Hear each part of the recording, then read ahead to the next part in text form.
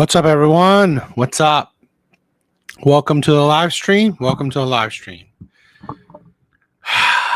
Hopefully, you guys checked out my first live stream, right? I did one a little bit earlier today. Crazy shit, right? I'm happy and also saddened that I did that live stream, right? Because it was a very it was this is the thing. Charlie Kirk, right?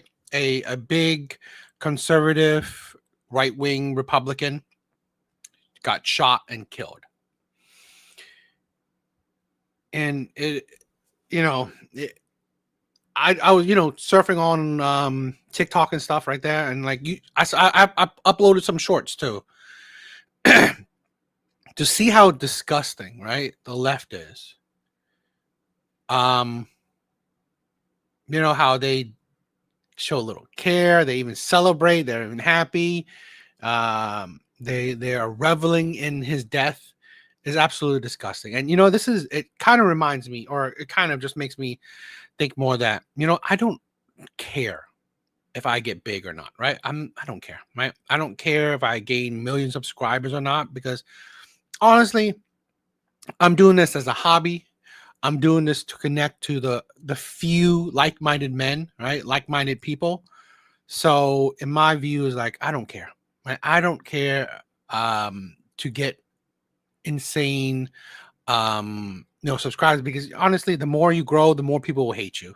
It's just how it is, particularly in this area, right? Because I'm gonna be blunt.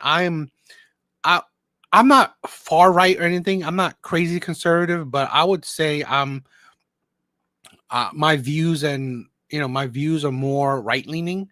So don't follow me, right?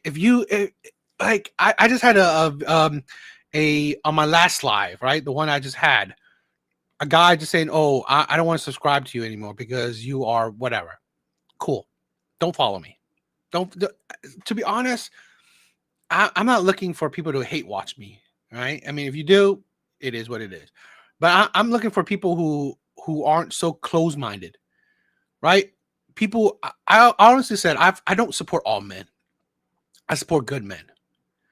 We have too many mentally unstable people out there. Too many people that, honestly, if you don't share exactly their view, they don't like you.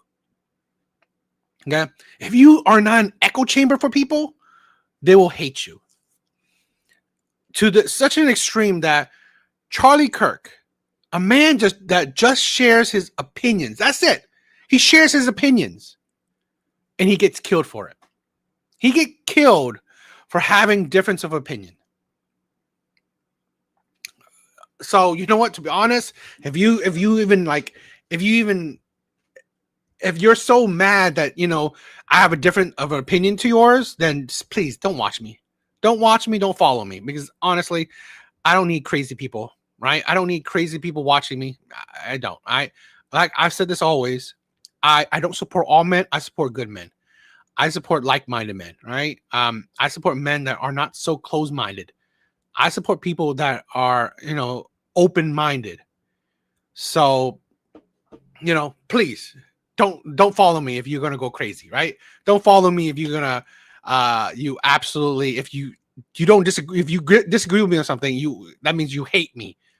Just don't, right? I mean, you're better off just go looking for your echo chamber, because the whole Charlie Kirk thing showed me that honestly, haters will get you haters can get you popular, right? Yes, haters can get you popular, but haters can also get you killed, right?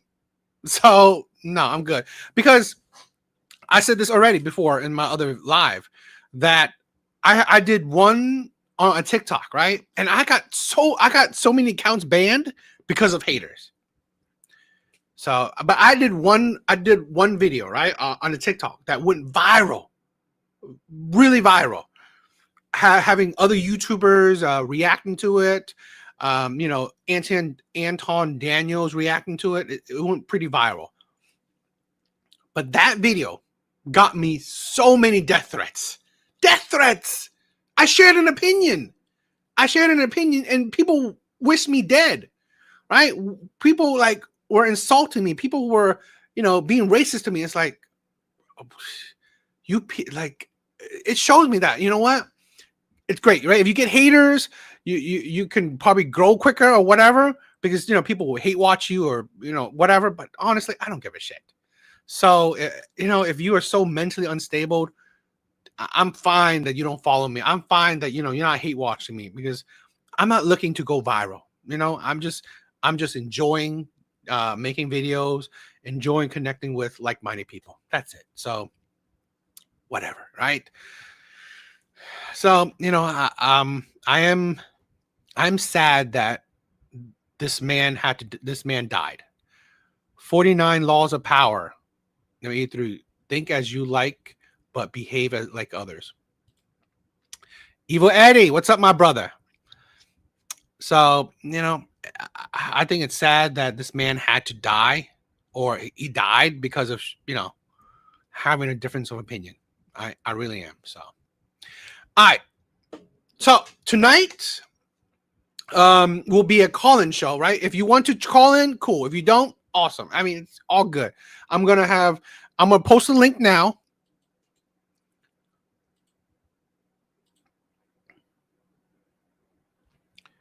All right, so that is the link. If you want to join the live, if you have any opinions, you want to just chat, whatever, all good, right? You could join. So it's up to you. I mean, you don't have to. I'm not that big or anything, so this is why I don't jump to call-in shows, but I want to give my audience any opportunities if they ever want to chit chat with me, live, or if they want to share some opinions. All right. I'm always down with people, my brothers, sharing opinions. We should be able, right? We should be able to freely share our opinions and not hate each other for it, right? We don't need to hate each other for having opinions, particularly difference of opinion. So, yeah. All right.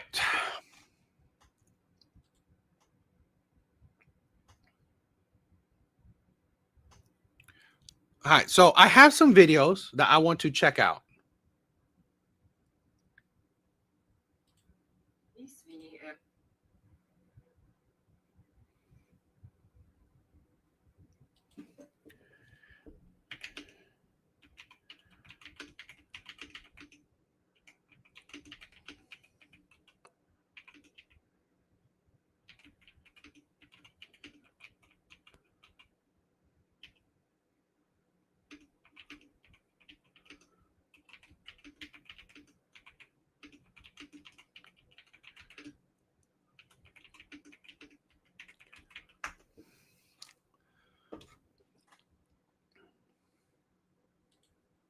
All right. So let's get started.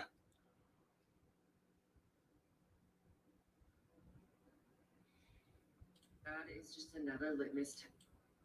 The Sweeney ad is just another litmus test to see if people can actually recognize and acknowledge overt racism and how harmful it can be. Trying to calm myself, but that was Billie Eilish, are you okay?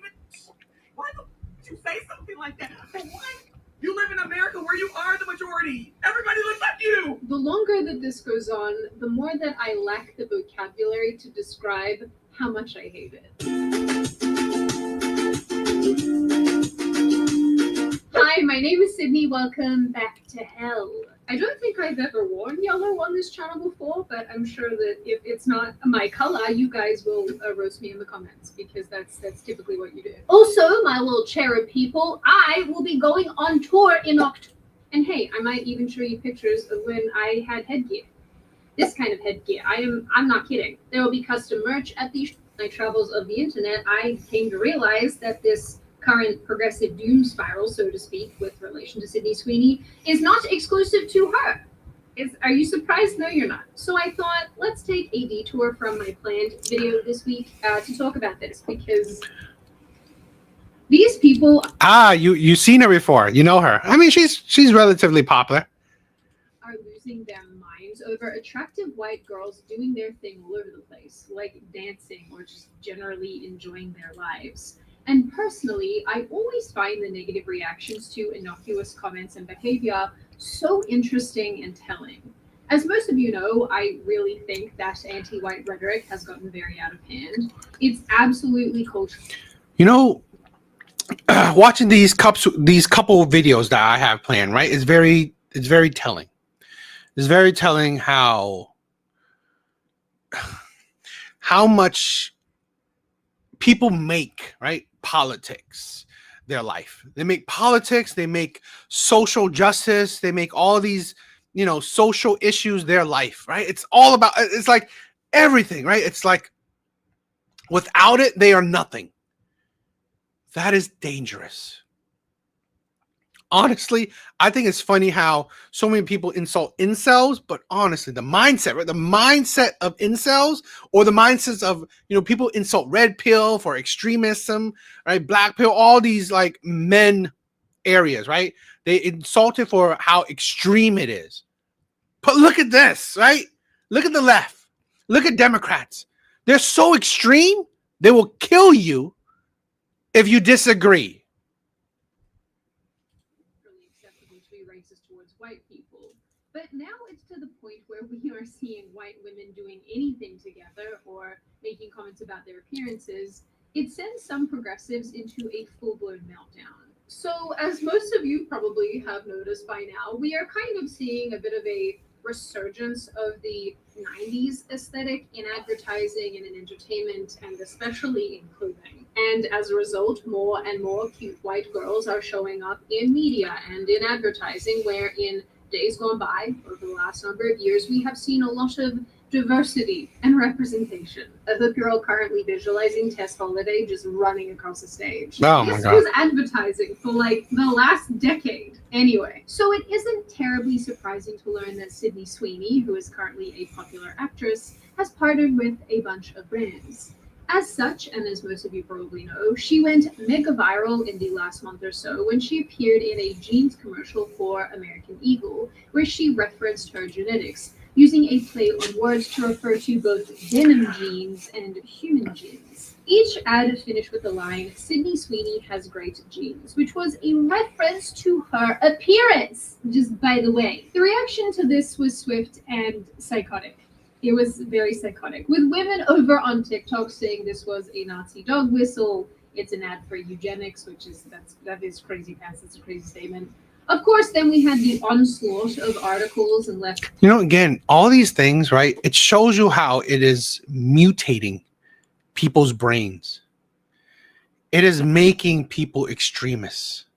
It is making, it's like, yeah, just like the Sydney Sweeney thing, okay? How outraged people were. How outraged people were is insane. We are literally creating radical lefts, right? It's like there's so many people who are mentally unstable. Commentators insisting that this meltdown wasn't happening. You know, these people have never been on a young person app a day in their lives. Because how is this your takeaway? But as this issue has picked up speed, people decided it was necessary to dig up Sydney Sweeney's alleged voter registration that apparently shows that she is a registered Republican. This is a lot of S noises and I am struggling. Then videos surfaced of her shooting at a gun range, as you do in the United States. And videos of her working on cars have also started circulating. And this, of course, just resulted in even more unhinged behavior from our friends over on Progressive Island. The Sweeney ad is just another litmus test to see if people can actually recognize and acknowledge overt racism and how harmful it can be. And wow, that forehead is insane. That's a lot of forehead. But this is a thing where the image, right? The image of mental instability. This is tiring. It really is. I mean, like, I'm tired of the far right, far left. All these people are insane. What are your thoughts? Trying to calm myself, but that would Sydney Sweeney has good genes. Really? Like, the eugenics in that. It's dripping with it. And I'm like, no. You see this? Would you be surprised, right? The level of insanity, right? The level of like, are you serious? No wonder that because someone had different views, you would get someone who was violent, who's mentally unstable to try to kill you. Because an ad got you to act like this, got you to think like this. When you saw it, what did you think of it? I mean, I thought, it was disgusting. I think it's just showing what kind of country we're turning into, because it's white supremacy at the end of the day. That's what this ad is representing. As I was collecting these clips and putting them together, I'm thinking, what is it about these people that I think is so crazy? And I think I finally got it. And I think this goes for the rest of the clips that I'm going to show you in this video. I never feel this strongly about really anything. So it's hard for me to really understand someone seeing something.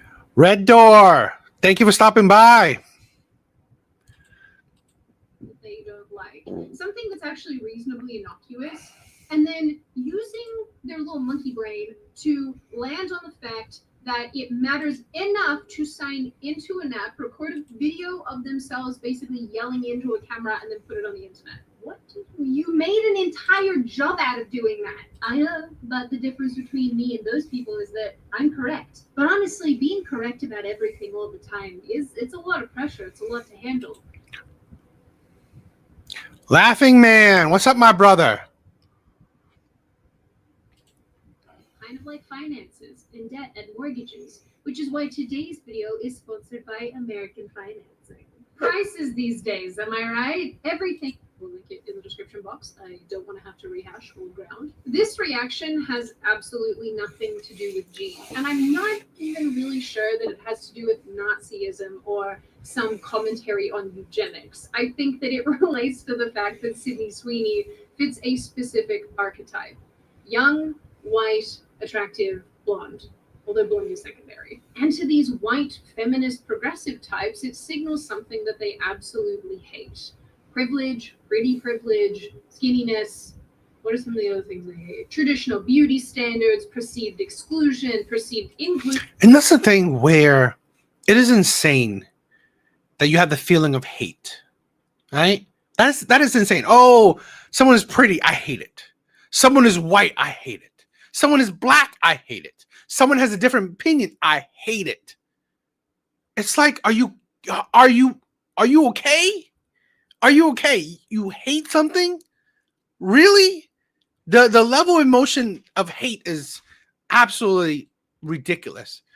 But seeing what happened to Charlie Kirk, you're not surprised, right? You can't be surprised that so many people hate something, right? But something that's so innocuous, something that's so little, right? As a difference of opinion or someone that looks different, you hate it.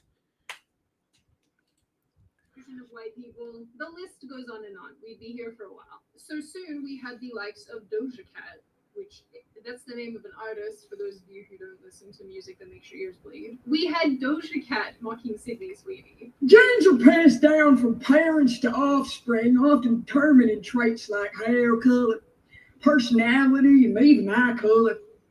My genes are blue.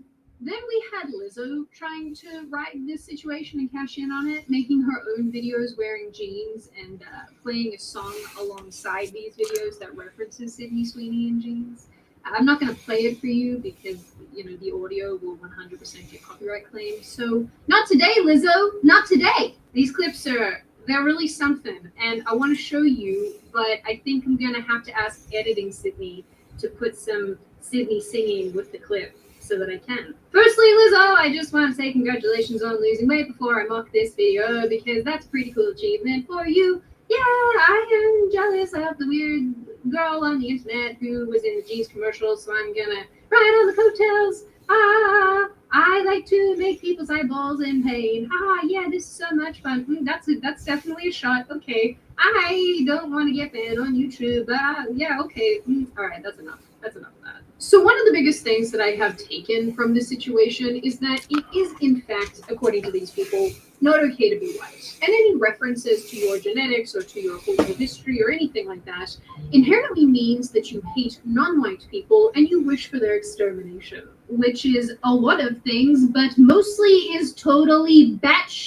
Because I am not the walking embodiment of a lobotomy, I do believe that basically every group on the planet has experienced discrimination or continues to experience discrimination, because I think that despite how much modern society loves to tell us that we are not entitled to our prejudices and whatnot, people inherently have them. And there's really no getting around that. But as I have Yo, Artie, what's up, my brother? talked about in the past, being racist and horrific and horrible towards white people is a culturally accepted phenomenon. People don't lose jobs for it, people don't get reprimanded really for it. It's kind of just a thing that happens that everybody accepts because it's been so normalized. So this entire situation is no exception, and pathetically, the Sydney Sweeney thing is not the only example of this taking place recently.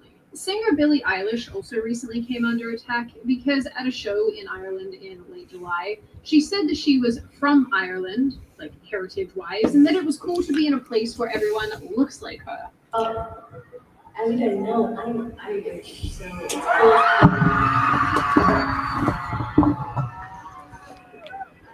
not from here, I'll be done, but it's really cool to come somewhere and like everyone looks exactly like you. Yep, that is it. That is the clip. That's what she said that made the internet really upset. She wants to be around her pale cousins.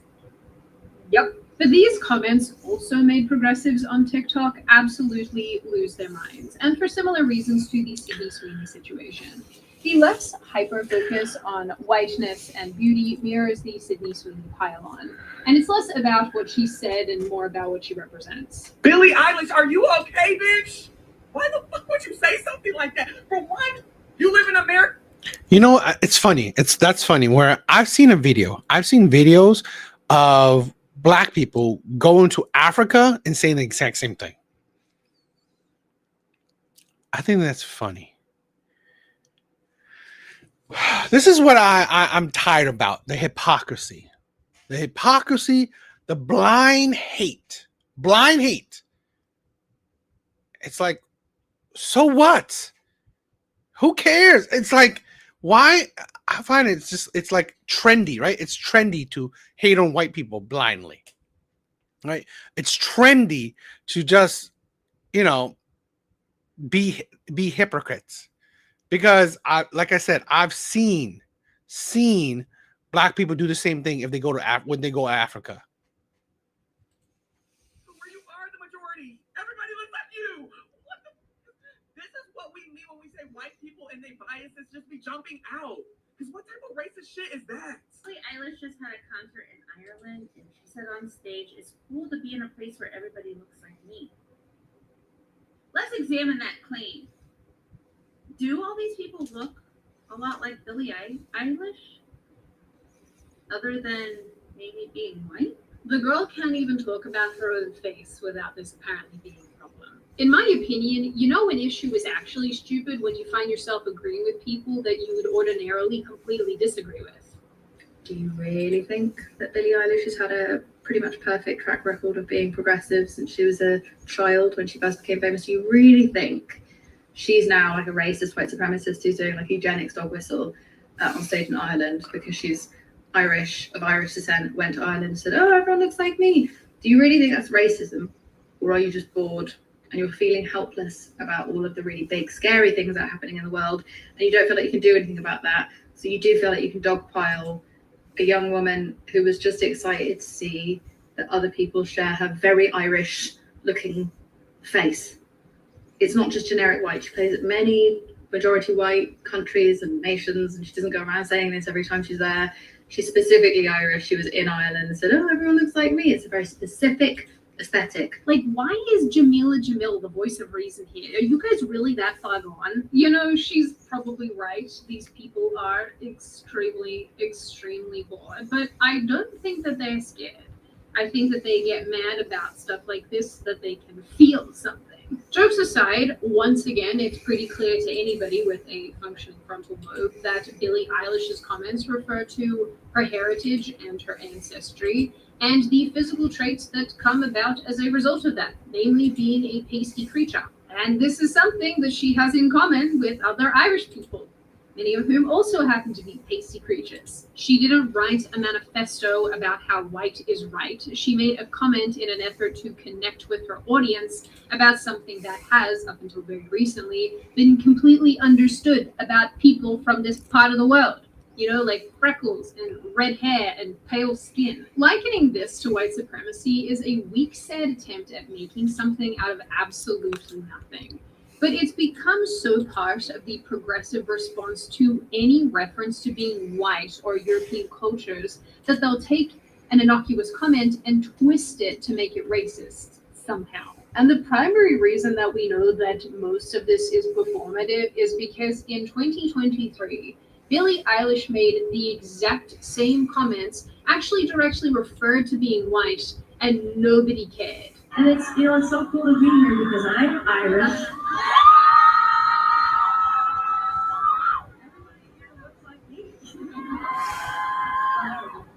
Really, really, really, really white. Anyway, I love you and thank you for having me. Yeah, so riddle me that one. Then we roll around to all of these sorority TikTok rush videos, which hopefully will make sense to Americans because I don't know what rushing is. Running around quickly on campus. The only frame of reference that I have for university in the United States is American films, like Van Wilder and whatnot. That feels aged. Anyway, these are absolutely not new and have been taking place for a number of years over on the TikTok app. Every time I see these on Twitter, they always have a caption that's like, "We're so back," or "The left hates this." And, you know, while that's definitely a little bit cringe, there is a lot of truth to the. I've seen a few of these. I think they're corny, but whatever. I mean, like, it's insane to find hate in pretty much everything, right? It's insane that so many people find hate in pretty much everything. Like, really? Freakouts these are causing over on TikTok. And I think that's because, once again, the majority of these videos feature white girls, many of whom are blonde, and seem to be conventionally attractive. Which, of course, is not allowed on the Perpetually Offended app in the year of our Lord 2025. So the comment sections on many of the videos that I looked at here have completely turned into war zones. And the comments are about what you'd expect. Why these sororities are so white. They lack diversity, not a single person of color in sight. Some comments are just straight up vicious, attacking these women for their looks or their perceived privilege. And what's actually really interesting about this, I think, is that a video from 2023 has also been posted on TikTok, where a young man asked women in sororities about diversity, and a lot of them seemed quite afraid to answer. He then asked non-white people why they don't rush sororities, which I hope makes sense to Americans. This is a lot of weird terminology to me. And they basically said that they self-segregate. You can't really help it if people of color or who aren't heteronormative don't rush, but we want to create like a safe space in case they do. That led me to my next path, which was to ask people of color why they don't join the traditional frats and sororities. Are you planning to join a sorority? Oh, no. No? Why is that? What made me very uncomfortable was how white it was. It felt like exclusive or like exclusionary. I think the perception of free life as a whole, though, become a little bit more negative. A lot of them didn't really put efforts into diversity, equity, inclusion until like BLM, and even so, those representatives were still not people of color. But then, my favorite, they want to complain about how sororities are not diverse enough.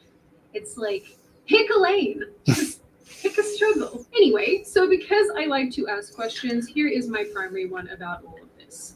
Why is it socially acceptable to dunk on the attractive white women in these situations? Sydney Sweeney, Billie Eilish, these sorority girls, with zero pushback. Why does appreciating European culture, or God forbid, liking how you look as a white person and a white woman, feel like some sort of cultural crime? There's a double standard here, and it's glaring. Sydney Sweeney's jeans ad dropped. It wasn't criticized. It was vilified as eugenics and white supremacy.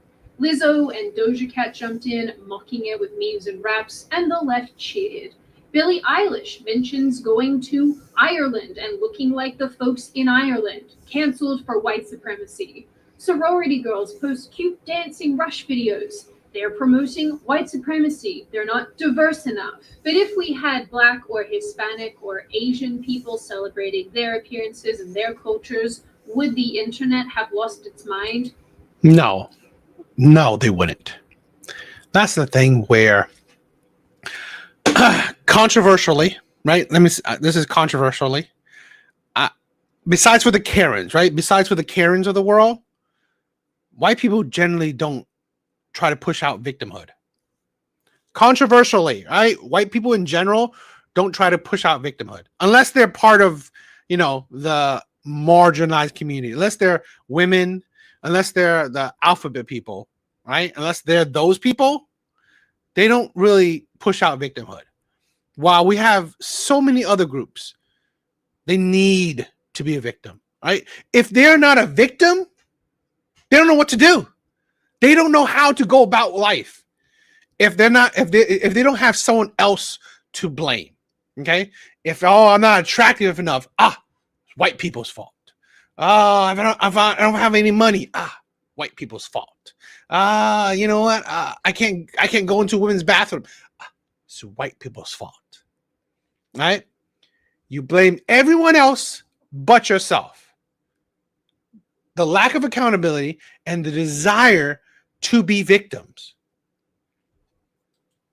Probably not. And that's really the problem. The left has become so comfortable hating on white people, and more specifically white women in this case, because they view it as punching up. White beauty standards, European heritage, all of this has been designated as privileged and oppressive, and therefore tearing it down feels very righteous. And obviously, it doesn't help that advertising and media spaces are moving away from the ugliness that we've grown so accustomed to over the years. So seeing cute white women basically doing anything positive absolutely breaks some of these progressives. And the thing that I personally find so ironic is that many of the people loving the most amount of criticism are these liberal white women who love to do this to signal that This is the thing where, like she just said, here's the problem I find, okay? That, let's say this is where I criticize white people. White people are radicalizing people. At the far end of the left is white people. At the far end of the right is white people. What the fuck is wrong with you people? Hi, I'm going to criticize white people right here. It's like you're so bored with life. You're so bored with life. You are radicalized. That's what the hell is wrong with with so many white people? That, again, the man who killed Charlie Kirk, an old white man. The people who criticize these ads or these things, a bunch of white women. It's like, pick a fucking lane. I swear to God, white people are crazy. I agree. I'm not saying that I don't say white people are perfect, but it's like, why they're so extreme. It's like, what's wrong with the white people generation now? It's like they are either very far right, very far left. I think there's none in between. And here's the thing. They are taking people of other races and orientation or whatever along with them. So you get very far left black people or very far left Asian people, whatever. Same with the right. And it's like, God damn, you people are absolutely insane. Really? It wasn't? Oh, okay. I stand corrected, right? I stand corrected. If it wasn't that old white man, then okay. I mean, the story is still new, right? The story is still new, so I stand corrected, right? So my bad. But still, I mean, just like she's saying that, what's up with I think there's so many people that are bored with life, right? I had this theory where I think there's so many people who are so free. We're not living in an age where we have to struggle, really, right? we're not living in an age where we have to struggle, particularly maybe the white people, right? We're not living in an age where we have to struggle. So we create problems. We create problems that we have to, I don't know, fight against, struggle with, or whatever. I think that's a big problem right now. Ah, okay, interesting. Good to know. Up there, one of the good ones. And as you guys know by now, I find white guilt extremely embarrassing. And I also find it really embarrassing that we're at this point socially. So in the Interesting.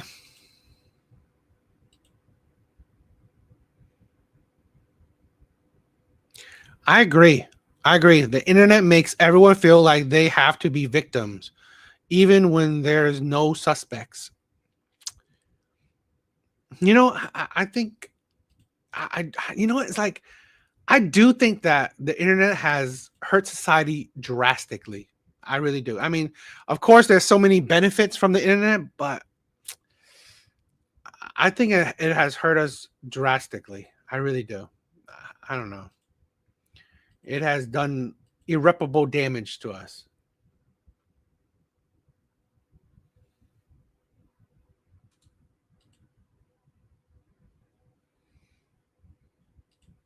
I just wish there.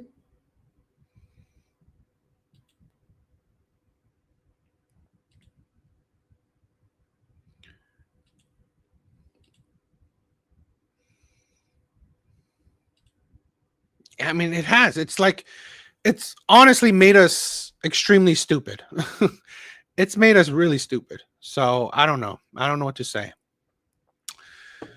I don't know. All right. So this video essentially made me why I wanted to make tonight's live, right? So let's check it out. It's by an amazing creator, right? I mean, you guys probably all heard of the person. Think Before You Sleep. Amazing content creator. So I'm pretty sure you guys all know him. There's something I could do for you all, like improve public safety for disabled folks every day, you know?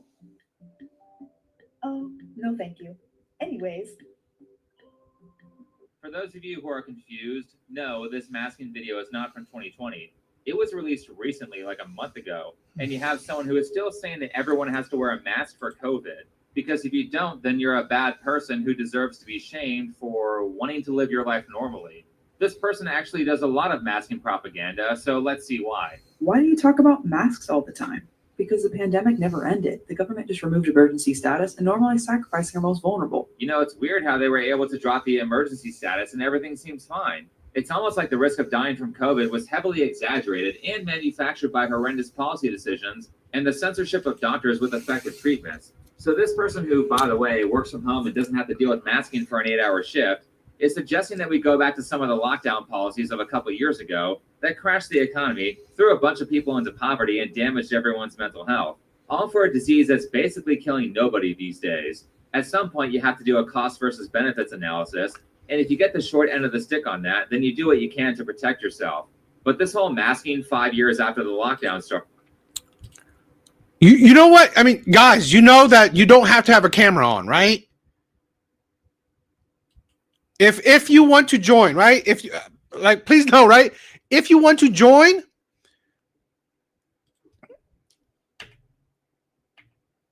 if you guys want to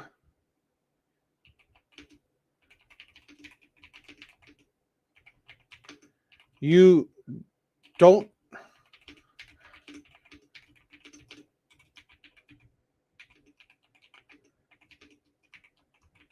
if you guys want to join, you don't have to have the camera on, right?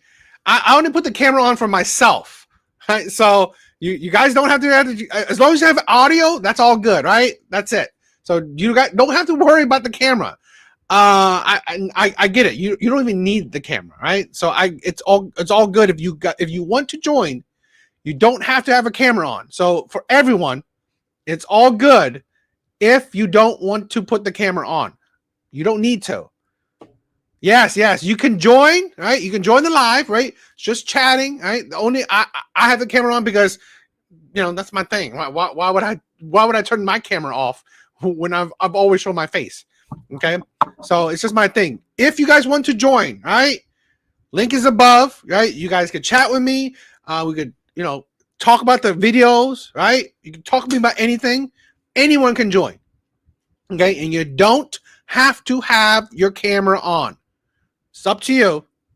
Just, have a mic so you can talk. It is not an uncommon belief, actually. I've seen a lot of people promoting it. Oh, I'm COVID safe. If you guys aren't masking, I'm not going to be around you. You should go out more. It better. Oh my God, this woman, I just recently found this woman. She's insane. She's a fat, born woman that is trans. It's like, this is a thing where, you know what? One thing that I hate about the left is that they're such big victims. They are so mentally disturbed. Everything is an issue. Everything is a problem. That is why I'm tired. I'm tired of the fucking left. I'm tired of Democrats. It's like you people are absolutely useless human beings. I'm sorry. Maybe this is extreme, but it's like everything's always a problem. Everything and anything is a problem, right? Race, gender, money. It's like you cannot do nothing. You cannot do nothing yourself. The world is such a problem for you. And yet we live in an age that people are the most free, the most wealthiest. It's like absolutely insane. Yo, laughing man. Can you hear me? I can hear you, my brother. How's it going, DA? How you been? I'm good. I'm good. Thank you for joining. Thank you for joining tonight. Thank you for having me. But like I said, right, if you guys want to join, you don't need a camera. All right, so let's check out some videos together. Be free. If I'm going out, it has to be free, and there needs to be barely anyone in sight because, COVID and people aren't masking. For context, both of those videos were filmed this year. Here's a whole page dedicated to masking propaganda with a comment that says, "Not masking is eugenics," followed by the caption talking about how the creator is mad that normal people on the left don't want to wear a mask every time they go outside. Are you just going to wear a mask forever? Yeah. I can only imagine the tyranny we would live under if this person got any political power. But more importantly, everyone is just tired of this type of person constantly playing victim and then using that to either tell everybody what to do or demand free shit. We're all tired of this, or fatigued, as one might say. Because the ones who play the victim game are always the most sociopathic, self-centered, and awful people, so no one's being fooled by this fake compassion anymore. Why not just... And that's the thing what I'm talking about, right? It's the fakeness. It's the fakeness of all this, the victimhood. You are not an actual victim, but you faking it. That is tiring. What do you think so far, laughing man? Same thing. It just same nonsense they always speak. Exactly. I don't want to get too into it on the stream, so I just keep it at that. It's all good. Mask then. Some disabled and immunocompromised people cannot get vaccinated or wear a mask due to medical reasons, which is why it's crucial you should if you can. Where should I mask then? Everywhere? You should mask anywhere you think disabled people deserve to exist in safety. P.S. That's every public place. For the record, this person's claiming that she's disabled because she's slightly autistic. Now, for one, never... Oh my God. This is the thing where I'm finding too, like so many people are self-prescribing themselves as autistic, as neurodivergent. That's the thing right now, right? Online, so many people are calling themselves neurodivergent. So many people are calling them autistic. I mean, like, so many people are self-prescribing them as having ADHD. I swear to God, it's like everyone, particularly on the left, have a mental disorder, which I'm not surprised, but it's like they're self-describing it. It's absolutely insane. Yeah, that's crazy. Getting sick is bad for your immune system and makes you more vulnerable. 2, being alive always carries risk, and nobody is masking every time they go outside forever in the extremely small chance they come across someone who has a compromised immune system and can't mask if they want to. Like, that's such a rare thing that realistically, I think this person's just overly fearful of catching COVID and is saying, what about these marginalized communities, to pretend that she isn't being selfish? Because calling everybody murdering eugenicists if they don't cater to what you want is kind of self-centered. Anyway, for those of you who didn't see the prior videos, this pink-haired person is Courtney, who is a 28-year-old asexual autistic person with low support needs who also has ADHD. Did I get all those tags perfect? It's like that's insane. All these tags, all these labels. I mean, it's tiring. Correct? I wouldn't want to be called a bigot. Oh my gosh, I had an autistic meltdown this weekend. I went non-verbal. Actually, that would be a verbal shutdown, huh? Because being non-speaking or non-verbal is the current state of using words and other forms besides voice. You don't experience that, and you don't have to co-opt someone else's language to describe that experience. Right, the asshole is the person who made the honest mistake and not the one who is meticulously correcting everyone. Anyway, basically all of Courtney's content is centered around what level of the victim tier you're on, and she seems to revel in collecting various diagnoses like autism and ADHD, so she can use that to claim that she is disabled and therefore oppressed, which really is just a personality trait that everyone finds annoying, because ultimately, the reason that they're playing the victim oppression game is to shield themselves from any criticism of their behavior, which brings us to a video that I made a little while back called Why the LGBT Movement is Failing, that included an entire 10 seconds of Courtney talking about some BS about being non-binary, and I basically responded with the same sentiment of this meme here, which is that once you see the bad haircut and the pink hair, you know this person's going to be annoying and offended by everything. And I mean, was I wrong? Is the stereotype incorrect? Wow, is this what you look like without the pink anime character hair? Jeez, this is what 4 years of college will do. God damn, are you kidding me? That's what she looked like? I swear. I mean, the left is radicalizing people to such an extreme. That cannot be the same woman. Yeah, that's shocking to see Yeah. the original how they were until now. I'm like blown away. I'm like, wow. That is insane. That if this is the same woman, that is crazy what the left is doing to. I mean, this is the thing where feminism is killing people. Or it's just like it's destroying people from like this is what you are before you went to college, and that was how you are after college. It's like college is not a good place. That is true. To a person. Now, a normal person would see criticism like that and either ignore it or make a video response. But since Courtney has the maturity of a 7-year-old like Illumination, who also thought people should not be allowed to criticize her, she decided to fight dirty and file a copyright strike on my video on her to get it removed. I made this video here responding to that, where I pointed out that it's ridiculous that she's striking my video over a 10-second clip. I said that she's engaging in copyright abuse to silence people she doesn't like, and I ended that video by saying that I would be fighting the strike. Now we're all caught up to everything that's already been discussed on this channel. So to continue my point about my dislike of people who constantly play the victim card, allow me to use this next segment to point out how their demeanor completely shifts the minute they feel they have the opportunity to fight dirty and victimize the people they don't like. By the way, I love how much of this parallels the Illumination drama from last year, where she tried to multiple times get me deplatformed because I made a video criticizing her. Anyway, getting to the part where she continues to fight dirty, after I released the dedicated video on her talking about her abusing the copyright system, Courtney went onto her Instagram and said this: on today's episode of alt-right creators doing what they do best, stop. You know what's really funny? These people are so obsessed with making sure that everyone labels them properly, yet anytime they are faced with people who have differing opinions, they mislabel them as alt-right or Nazis. I'm not alt-right. Alt-right is a bunch of white supremacists who want an ethno-state, and I've openly stated many times that I don't like racism or identity politics. So it's nice to see that Courtney believes she deserves the respect that she doesn't give to other people. Moving on, Think Before You Sleep posted a large anti-trans rant video. Stop again. It was not anti-trans. It was a video talking about how sociopathic the activists are, and how even LGBT people don't like the activists. I mean, if I can't say that it's wrong for Livy Tino to dress like Miss Rachel and then advertise an OnlyFans account on the same page, then Courtney is basically... Do not tell me this person has an OnlyFans. Oh my God. Do they? That's absolutely disgusting. It won't surprise me at all. Saying that people can't criticize anything a gay person does or a trans person does. Before You posted a large anti-trans rant video and got mad when I got it removed for copyright because it illegally used my content, and they still don't know how copyright works. They? Are you misgendering me, Courtney? I am not a they, them. And last, here's the best part. After complaining about cyberbullying, Courtney finishes by saying, if you could thumbs down, report, or leave a good comment for me, I would appreciate it, as I'm being spammed by their alt-right followers right now. Artie, what's up, my brother? What's good? You can hear me? Yes, I can hear you. Yeah, man. What's going on? Thank you for joining. Yeah, I ain't want to interrupt where you was at. I was just setting up the thing, but can y'all see me or no?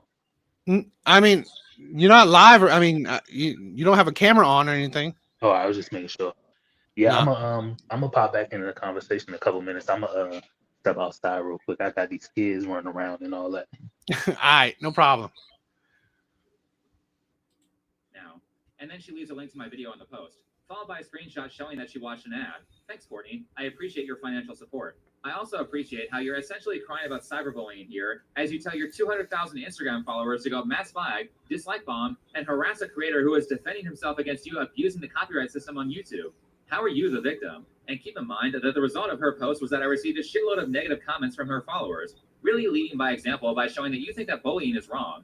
Again, I love how this all parallels the Alienation drama, where she essentially did the same thing. She complains about being harassed while at the same time tells her followers to harass me, cries to Noah Samson about it so he would tell his followers to harass me, and says thank you to and gives no pushback to a friend who said I should kill myself.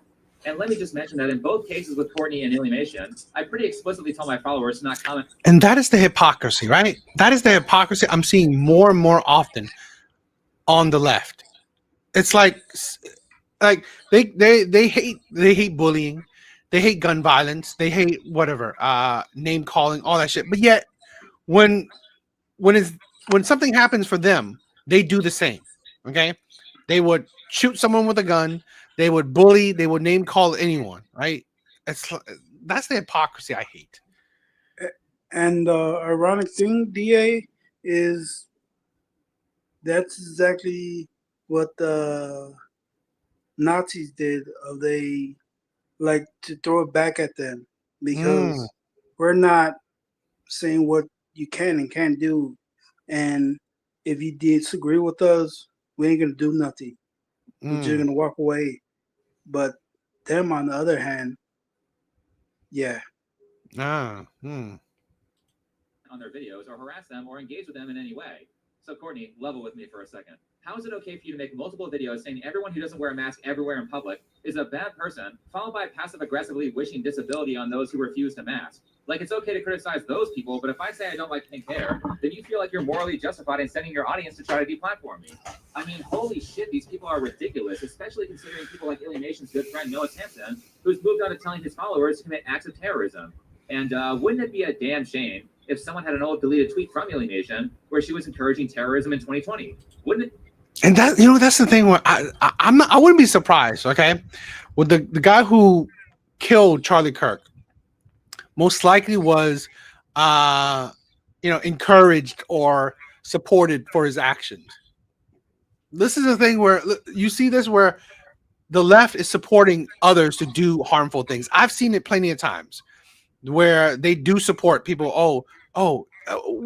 Go ahead and I wouldn't mind. Or like when the Luigi guy who killed the healthcare CEO. I saw so many other people in the comments saying, "Oh, you know what? You should. People should. This is a. I don't know. This is another CEO. Maybe if someone does something, they could do something there." It's like you people are absolutely disgusting. And not just people on the internet, celebrities too. Yeah, it's been celebrities doing that on the internet that I've seen before, or even even when KS died, like all of the girls from The View and all them people saying those nasty things, and it's like, imagine if the tide was turned. But I mean, it's just going to keep getting worse because for what for whatever reason, I'm not the person who says fight violence with violence. I'm not ever going to be that person. But the what is traditionally known as the right, or the people who are, as Minister Jab would say, the free thinking straight men, us, we have nothing to combat this other than more words, more situations where they have more extreme people. And I'm not saying we need extreme people, but we need some way to combat this that kind of stops it. And I just don't understand, or I don't understand when, as the right or whatever, as the traditional people or people who have a brain, when I don't understand what the formula will be to combat this, because today is Charlie Kirk, tomorrow it's somebody else, or the Yeah. other day it was the healthcare, the United healthcare Yeah. guy. So Uh-huh. tomorrow it's just going to be another CEO or another big name person, and it's just going to keep getting worse and worse. Exactly. And we just had we recently just had that Ukraine or that Russian white woman that got killed. It's like I honestly think that how Who was society she? is going, huh? Who was she? Oh, it's like this what's her name? Just recently did it's the let's see. I felt like I've heard some about it, but I don't know. You should have heard it on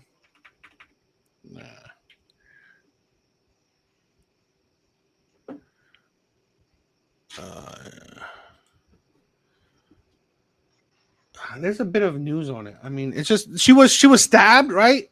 She was stabbed on while on the train.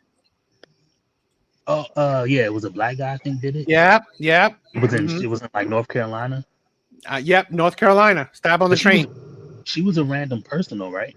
She was a random person, right? She was a random person, but Okay. the guy said that he said when he recorded, he like, oh, I got that white girl. So a lot of people are just talking about this as it's just fueling the fire, right? It's just fueling the fire. So it's creating more of the divide that we're having, and this is why I wouldn't be surprised that because of this divide, we are going to have like a civil war or something.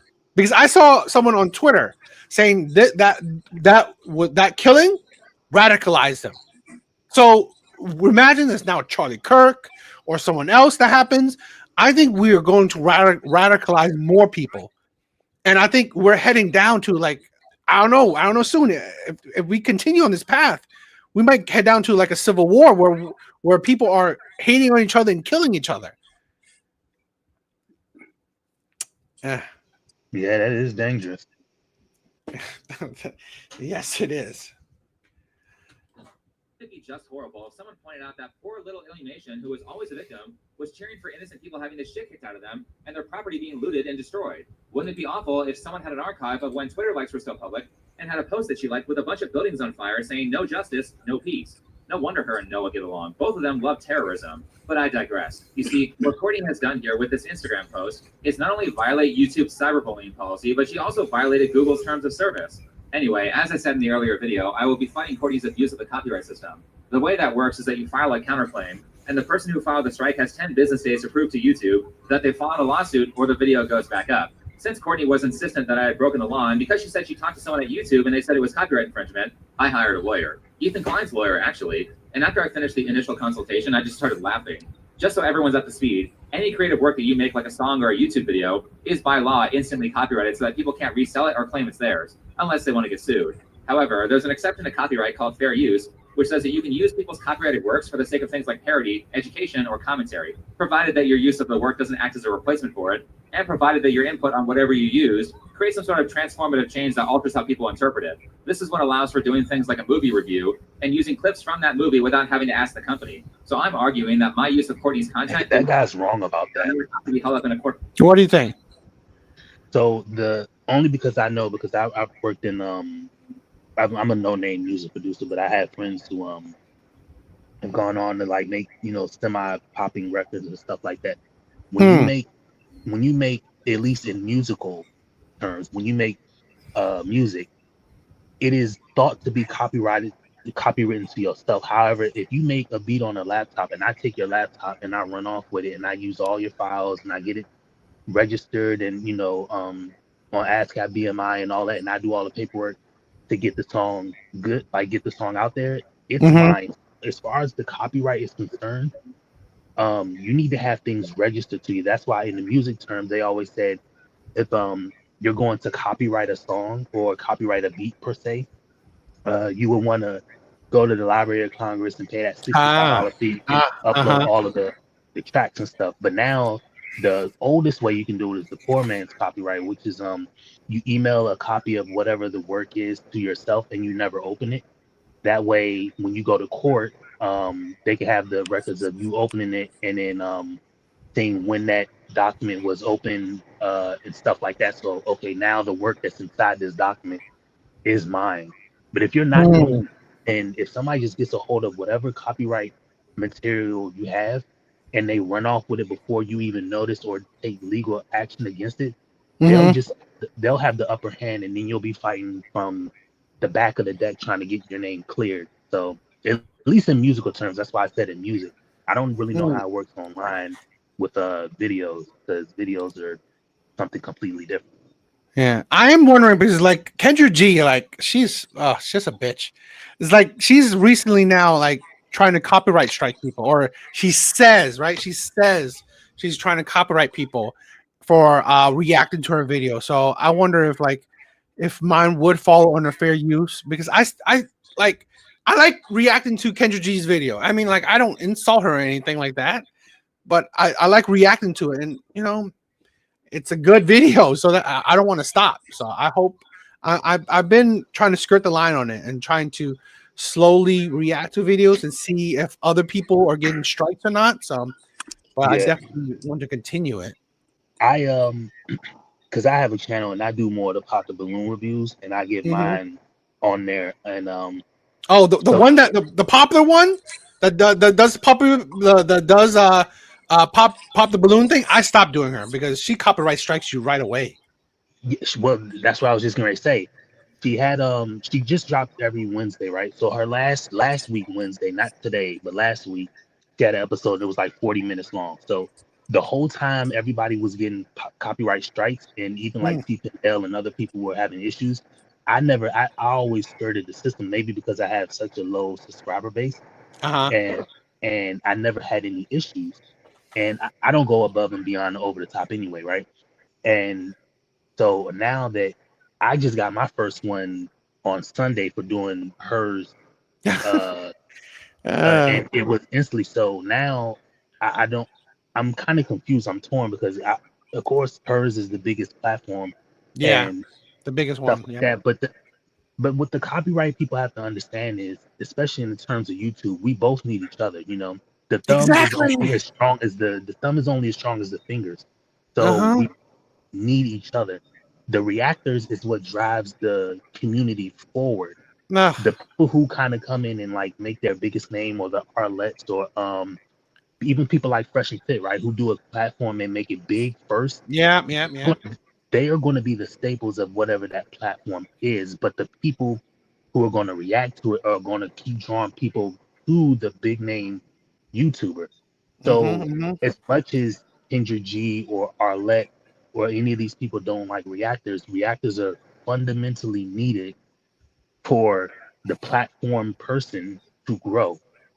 I agree. You It know, keeps their name out there, right? It keeps their name out there and keep it like, keep it the name out into like out in the ether. Keep other people thinking and knowing their name. But it's like so fucking annoying. yeah, they're absolutely needed, and how these YouTubers don't understand that is beyond me. But again, in Kendra G, at least in Arlette's situation, Arlette's married to BM, and he, from what I know, is a multimillionaire. He's wealthy, right? He has money, so she's good. Yeah, As yeah. far as Kendra G's by herself, and she keeps on pushing the narrative of that app that she's trying to get off the ground, which I Oh don't yeah, understand it's the why app thing. Yeah, I do think it's the app that thing. nobody is really going to go to an app, because it's hard enough to get people to switch a platform on you. You know what I mean? Mm-hmm, I just started recently doing live streams off the late night just because of my family situation. So I'll do a live stream on a certain video topic kind of related to this whole stuff, or a pop the balloon, but I'll start at 11, and I'll have two or three people in there. It's mainly only me and a couple other people interacting with each other, but I do mine so late. But as far as like Kendra G, she's got to understand, like, you got to grow. Like, you have to, this whole trying to get people to stay on the app. I'm having a hard enough time just trying to get more people engaged with me.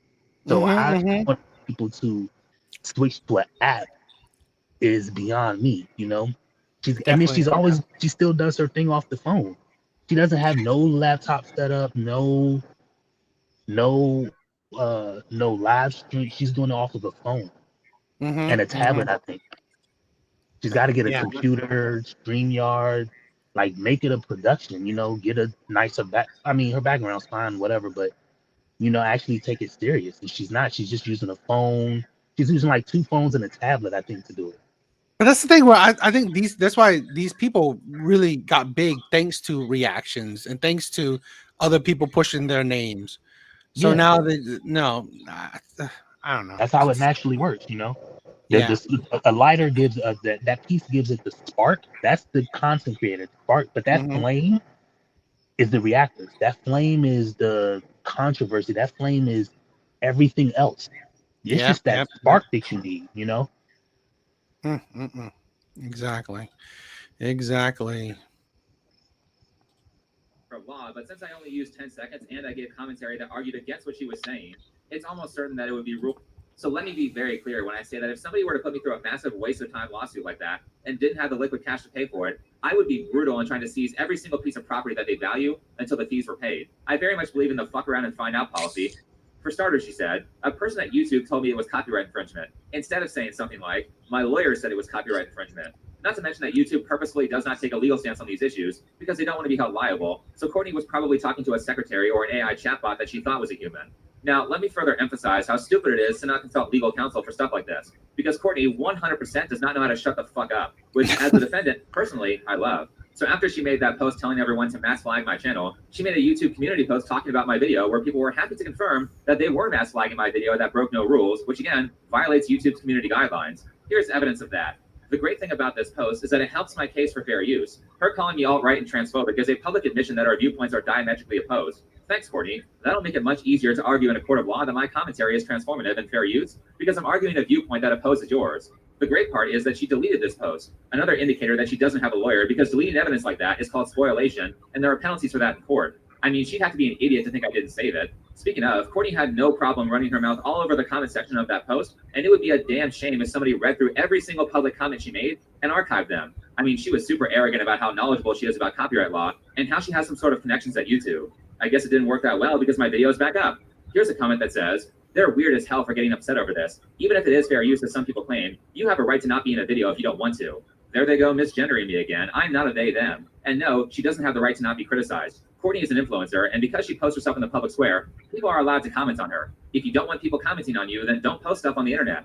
Courtney responds by agreeing and saying that transphobic comments make a video not fair use? What? Did I read that right? Here's a comment where she's openly acknowledging that she told her followers to go harass me and how much she appreciates them doing that. And last but not least, you could use this comment to argue that the reason that she struck the video is because of the criticism and not because any copyright infringement was committed. Let me just emphasize that we have a ton of evidence that Courtney filed that strike in bad faith. And just as a reminder, for those of you who haven't seen the video that she tried to silence that's called Why the LGBT Movement is Failing, note that video was primarily about predators like Willie Tino filming in the Disneyland bathrooms with children present, advertising OnlyFans on a page that features Miss Rachel parody content intended for kids, and going into restaurants trying to get people fired in an attempt to go viral on TikTok.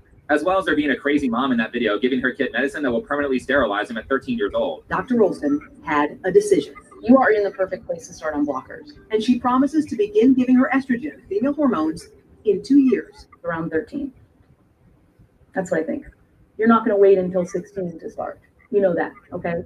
Who's the bad person here? Courtney is literally defending child. God, man, I sometimes I make it seem like women are like the root of all evil.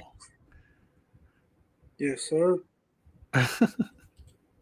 Predators and saying I'm the hateful one because I spent 20 seconds in a video saying I don't like her pink hair and I think she's annoying. Everybody is tired of people like this. Everybody is tired of adults like this who behave like 5-year-olds, wagging their fingers and telling everyone what to do. POV, you stop living the life you thought a proper adult should and start living for what brings your inner child joy. This is what I mean. Everyone cater to me because I'm a child.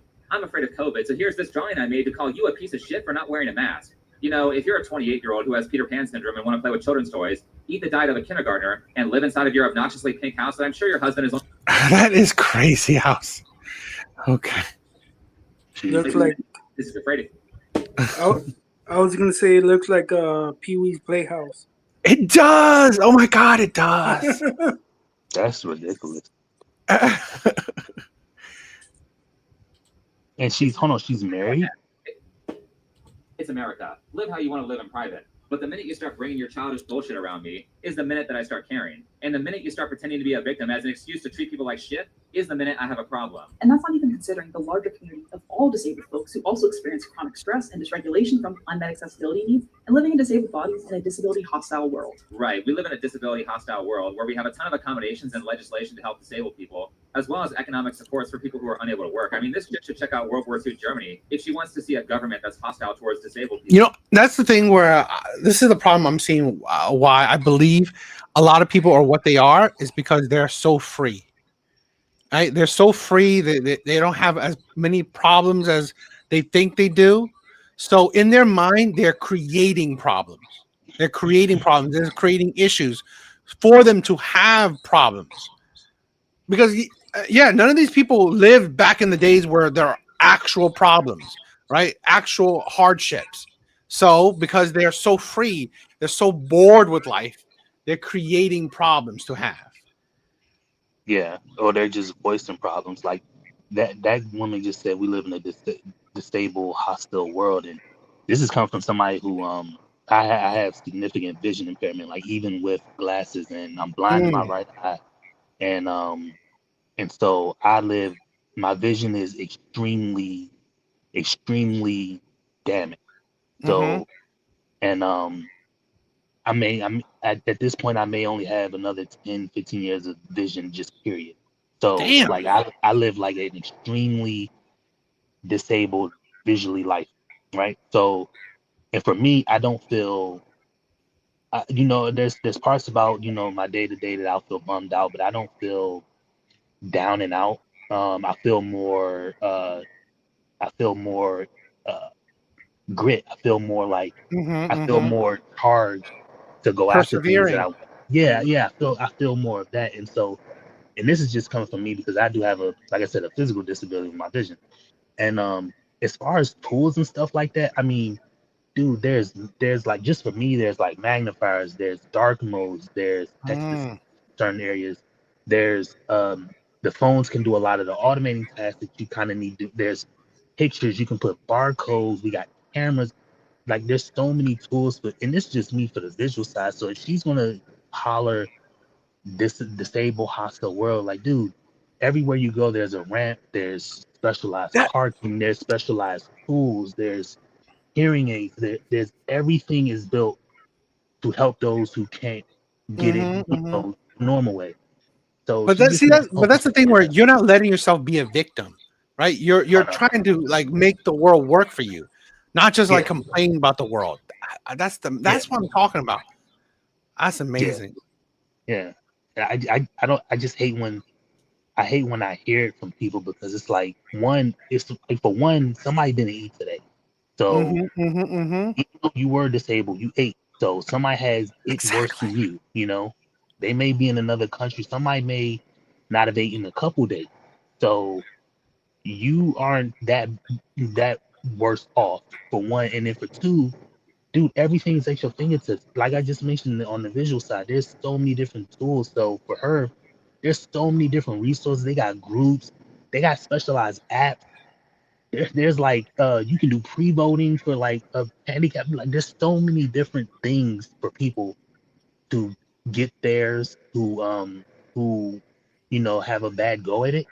That all you gotta do is just look up the information. You know what I mean? I mean, Mm-hmm, mm-hmm.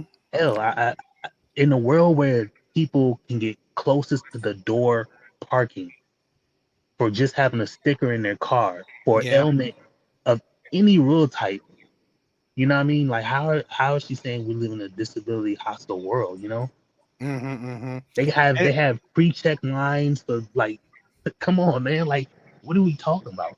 Exactly. And it just kind of belittles the people that are actually, right? Actually disabled, like that the world is really hard for them. You're making light of it when you pretty much are like have the abilities to do things, but you fake the victimhood. Yeah. Yeah, yeah, DA. I was gonna say, yeah, I know because, believe it or not, I am actually disabled. I had a brain excuse me, a brain and I didn't even know Oh, how to get that aneurysm. out. Yeah, when I was 7 years old, so I Oh my actually God. do have a disability. But Wow. I mean, basically, I went to school with people with actual disabilities. Mm. Like, I give you one example. This kid, basically, he was paralyzed, and the only thing worked was his mouth. Mm. So Mm-mm-mm. once you see that, you're like, and then you see these other people. So and uh, did you there's actual people that fake disability, Oh yeah. like um people on TikTok, like people that Mm-hmm. just do videos like that. Yeah, yeah. Oh Yeah. God, that's It's almost the same as like those stolen valor people. And those mm-hmm. people are disgusting too. You know what I mean? Oh. Because if you're faking having a disability to get tools or resources or money Mm-hmm. from that type crowd, that's despicable for one. And then Exactly. for two, it's like where's your moral character at? Like how are you Oh, just faking something to get exactly. something? You know what I mean? Like Exactly. you have no character. Like uh, you have no character. Like Mm-hmm. I don't wish brain aneurysms or Oh, any type of disability on nobody. But if exactly. for the people who do have these ailments and issues, and I like we're some of these people, dude, like our life can suck at times, and there are things that certain things that we can and can't do, or certain things that we kind of have to, we might feel embarrassed about needing or trying to like do, or trying to like we need help to move around and stuff like that. But to the other people who don't need these things, and you coming in here acting like Mm-hmm. that you want to play on our side of the fence when we have real live issues and stuff like that, it's despicable. Yeah, and it's making light of it because just like how Yeah, men care about false accusation, you're making light of the actual victims, right? That's the thing yeah, where men with morals are the ones who's talking about this shit. Men with yeah, morals, right? Have some integrity, right? Stop faking this, stop lying about this shit because then you make light of the actual victims. yeah, yeah. Exactly, exactly. Stuff from everyone that they could have just gotten for themselves. What's worse in Courtney's case, though, is that not only will she tell disabled people to avoid assimilating into normal society as much as they're able to, but also she'll tell them to self-diagnose mental disabilities, which is just the worst health advice. And apparently, this is an entire trend on TikTok. We've seen the rise of self-diagnosed mental illness. The term neurodivergent went mainstream, which most of Exactly what I've been saying, right? And you guys were just saying it too. The how so many people online are faking it, and that's the poison of online too. You get validation, right? People are saying, "Oh my God, oh poor you," and this and like that. Give you validation, give you love, and give you sympathy, and this is what people crave: clout, attention, right? It's absolutely disgusting. And Da, did you I forgot what that girl was. She was like making a song. I'm not sure. She was doing. She was basically like acting. She had Down syndrome, Hmm. and when a basically a Chad talked to her, Mm-hmm. that never happened. But he thought she was a little bit slow, but she like, no, that ain't me. I was just playing. So Oh, Is yeah, this recent? yeah, that was just that's just like I guess you want to say caught in their lie. Yeah. really? That's terrible. But yeah, Wow. Oh, I find it. I find people who lie about that shit. It's absolutely disgusting. This is why This is also why I'm hard pressed with like so many people, talking about ADHD. So many people. I just like. It's hard for me to believe. It's really hard for me to believe. Yeah. Yeah. referred to autism and ADHD, and it gained traction on platforms like TikTok, where users self-diagnosed and demanded accommodations for these conditions, like workplace flexibility, using their conditions as an excuse to shrug off adulthood and evade responsibility in so many cases. People started collecting labels like they were personality points, non-binary, disabled, neurodivergent, polyamorous, and became offended if others didn't properly adhere to them. Right, taking pride in how mentally ill you are is a smart thing to do, instead of getting accurate diagnoses and professional help. All TikTok is doing in this respect is making people friendless and unlikable, without giving them any perspective as to why people outside of the internet don't want to be around them. You seemed really standoffish at first. Gee, why would people see you like that? Well, maybe it's because half of your videos are you telling people why they can't live how they want, because it offends you, followed by using being slightly autistic or non-binary as a shield against criticism. Like, it's funny how you have perpetual victims like Courtney, but then you have people like Ricky Berwick, who doesn't give a shit and can eloquently say things like, "I'm Canadian, you retard." It's weird how basically everyone I've known who has a disability in real life doesn't feel the need to make it their entire personality and really just wants to be treated as if they weren't disabled. But then you have people like Courtney who are out here ordering everyone around, calling people Really? You actually blocked TikTok? That's crazy. evil eugenicists for not complying with her demands. People like Courtney are doing a disservice to everyone who needs help or accommodations to survive. Fireworks suck because they scare autistic and neurodivergent people too. 4th of July is a racist holiday that only celebrates the freedom of a select few. Okay, not only do we have to wear a mask everywhere, but now fireworks are bad because they offend autistic people, and the 4th of July is racist? I have to mask every day, but you can't wear earplugs for a few hours once a year? You see what I mean? Literally doing everything in her power to make everyone hate autistic people. And all irony is completely lost on her, as she is a Korean who complains about bullshit like Halloween cultural appropriation, and she dresses like an anime character from Japan. So everyone's done with this. Elon bought Twitter and stopped banning people. Oh God. All right, let's check out something. Let's check another video out. Hey, one of the things that I kind of always said, or the number one way like somebody's gonna start to be on BS is when they start using those buzzwords. Oh, Like exactly. they start using them like not back to back to back, but they start using them the moment something happens, and instead of explaining what you're seeing or what you're thinking, what you're feeling, you go immediately to the buzzword. Like the number one way that somebody is they're full of it, like you'll see it on like a Pop the Balloon show, or somebody will give a response to something and somebody will say, yeah, well, you seem emotionally not emotionally intelligent. It's like, how, just you didn't like a certain answer and stuff like that, and it's a shame that people do that, but that's No, how people the internet said is this making before. everybody slower. No. I said this before, that any woman, right? You date any woman and she says insecure, red flag. If she talks about insecurities, no, that's a red flag. I think any woman that uses the word insecure, toxic masculinity, patriarchy, just leave her. Yeah, I go a step further. I always say, I had a saying called no PG. So the P is for the provider part and the G is for the God fearing. The moment you start hearing those two words out of the girl's mouth, oh my God, I exactly. say it all the time. The provider part is because I say no PG because the provider part is a lot of women when they're on, like, just because I do the Pop the Balloon shows, right, or just you'll see on the YouTube or TikTok, they'll talk about, oh, a man is supposed to provide this, provide that. Like, what basis are y'all looking at a man is supposed to provide? Like, okay, pull it up. Where is it documented that a man is supposed to provide what you want in life?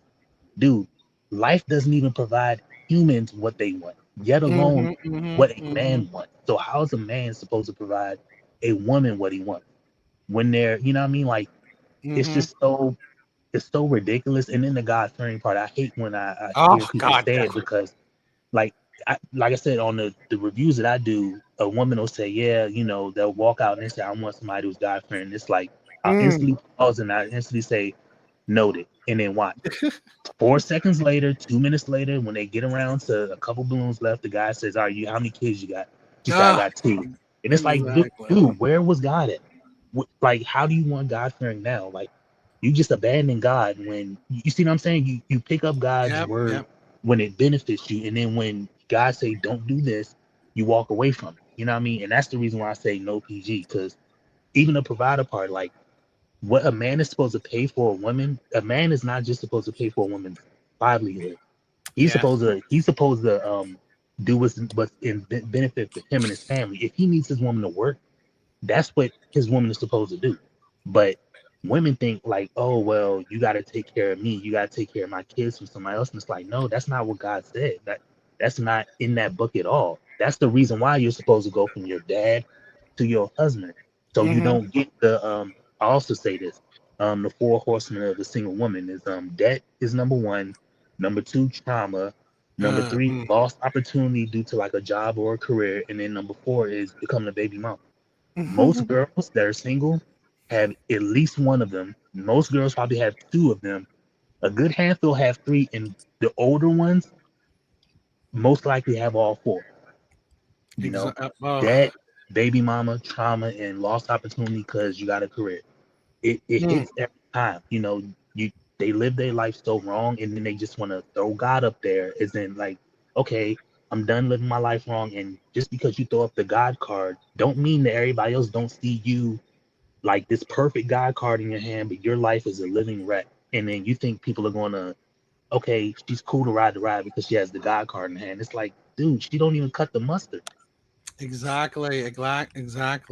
30, 35, 40, kids out of wedlock, multiple kids by multiple men, body is a wreck, diet is off, finances off, and then you come here and I'm gonna pay, like, as a man, I have to pay for your wig, your weave, and all. Show me where in the Bible that God told any man that you have to pay for your woman's wig, weave, and all that. It ain't in there. It ain't even halfway suggested in there.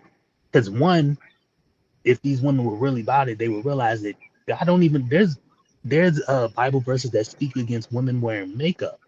But again, none of these women are God fearing, so they don't even know that. Like God don't even want women wearing makeup. He considers it of the devil. So the fact that a woman will say, "Oh, well, if I'm gonna be with you, you gotta pay for my hair, my this, that, and the fourth." God don't even want you wearing that shit because it's deceptive. Like it's funny to me that people don't see none of this stuff. And this, I'm glad that you and there's very few, content creators that actually like bring these issues up.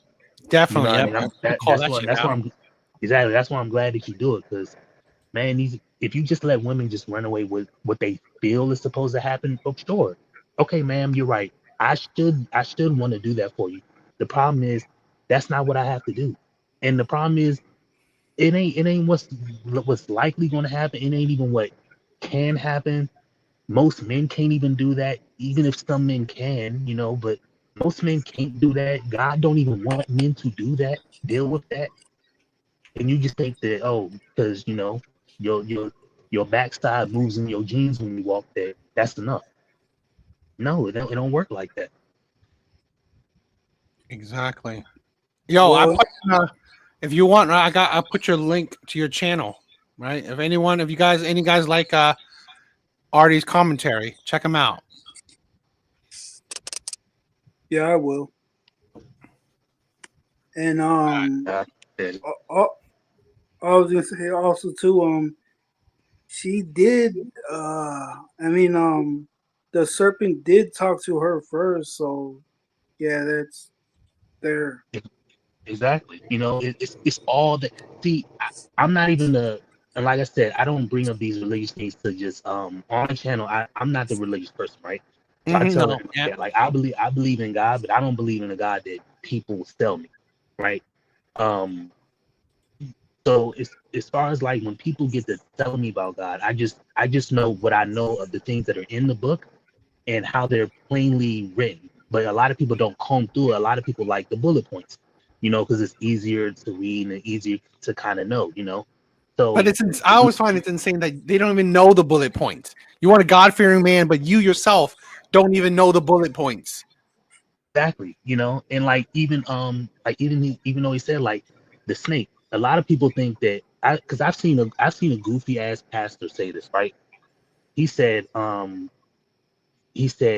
the reason why Eve sinned is because Adam's shortcomings to teaching his woman. I said, okay, completely false, and I'll prove it right here. What? Yeah, it wasn't Adam's responsibility to teach Eve, right? Because by that metric, then you're putting it all on Adam. Okay, but if Eve ate the and Adam ate the Adam, why does Eve receive death the same way Adam received death? Evidently, Eve did something wrong, correct? So if we all agree that Eve did something wrong, now we have to agree that somebody told Eve that was wrong, correct? So if you go back in the other, I can't remember the other passage, God spoke to both of them and told them, don't eat this shit. But you see how a goofy ass pastor just said it was on Adam's responsibility for Eve when God told both Adam and Eve not to do it. You see what I'm saying? Now, Eve was deceived by the snake first, and then caused man to sin. So that's why I always say, we have homes, we have internet, we have software, we got cars. We're eventually we're flying, but man's only true weakness is a woman. Exactly. That's his only Achilles heel is a woman. But Exactly. if a man can overcome that, then he can be great. You know what I mean? Because I don't know how long Adam was on Earth before Eve, and he did everything God asked him to do. He put it down left and right. And if I'm not mistaken, that snake was in the garden when Adam was there too. So, but it went for his weakness. It went for his yeah, weakness. yeah, it was like Adam doesn't have a weakness for the devil. He only has a weakness for his woman that causes him to have other weaknesses. So Exactly. it's just crazy that a pastor would say that the reason why a pastor was basically what the pastor is inferring is the reason why women die is because Adam fell short. Like, how goofy does that sound? That sounds goofy. Okay, Well, even if because they're it's just crazy that people think this, and that was a pastor. no, because they're panderers. The church has become panderings. They pander to women. That's what the church. This is why majority of men have left the church, because it's pretty much just pandering to women. That's it. Exactly. Yeah. The church. I go at them left and right. Even though I do the pot of balloon, I just every time like the God part comes up, I kind of go into this diatribe Exactly. just because it's so significant. And even when you can never challenge pastors, because pastors feel like once they're on the side of God, they can't be challenged, even though their life will be a living wreck. Another thing that they fail to realize is even with marriage in the Bible wasn't done, but is between God, the man, and the woman, and it's only facilitated by a reverend or a pastor. Nowhere in that triangle is the state. So the Bible doesn't want men to get married to the state. It said that marriage is between three people: God, and the man, and the woman. So how we got marriage in the real world with the state is not of God. It's not of God. And so even when there are issues in the marriage, um, you can't never go to your pastor because your pastor doesn't have the power. He just turned the key to the state. And so now if you go through significant issues with, let's say your wife cheats, or let's say you cheat, or any significant issues, and y'all split or whatever like that, the state now divvies up who's got custody of your kids. The state now says where you got to go.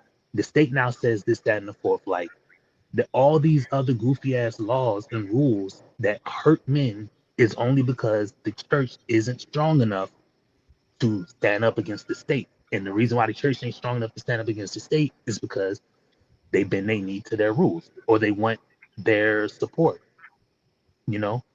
And you're not going to get the state support unless you do what the state says. You can have a big church with 100% men and 100% women, and it's actually legit. But it may be smaller in size. But no, pastors want TD Jakes money. They want BET money. They want to be on Diddy Party money. That's what they want. So they're gonna bend the knee to the state, and then bam, now they're compromised. There's very few pastors that are like not compromised in that way. Exactly. You know what I mean? It just baffles me.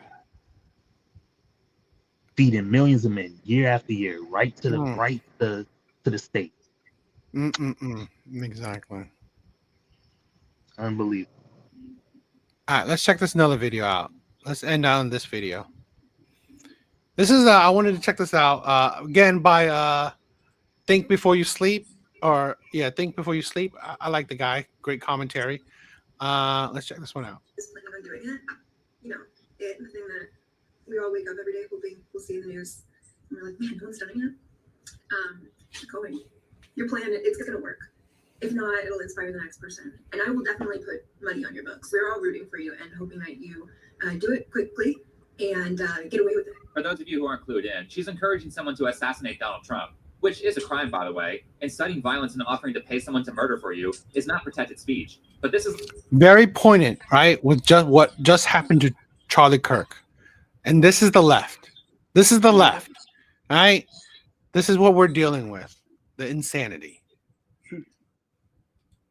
like a new TikTok trend now where a bunch of crazies are asking if Trump is dead yet. Hey, MAGA, is he dead yet?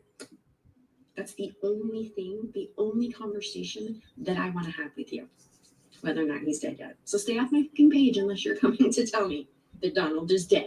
I genuinely believe that these people are so uneducated that they don't know that this would make JD Vance president, and he basically has the same values as Trump. So anyway, a few years ago, I made this video here called How People Are Being Radicalized, which was primarily a response to a giant YouTuber named Ludwig reacting to my content. And look, there's Hassan Piker right there in the thumbnail. Who could have predicted 3 years ago that he would be a major force radicalizing people today?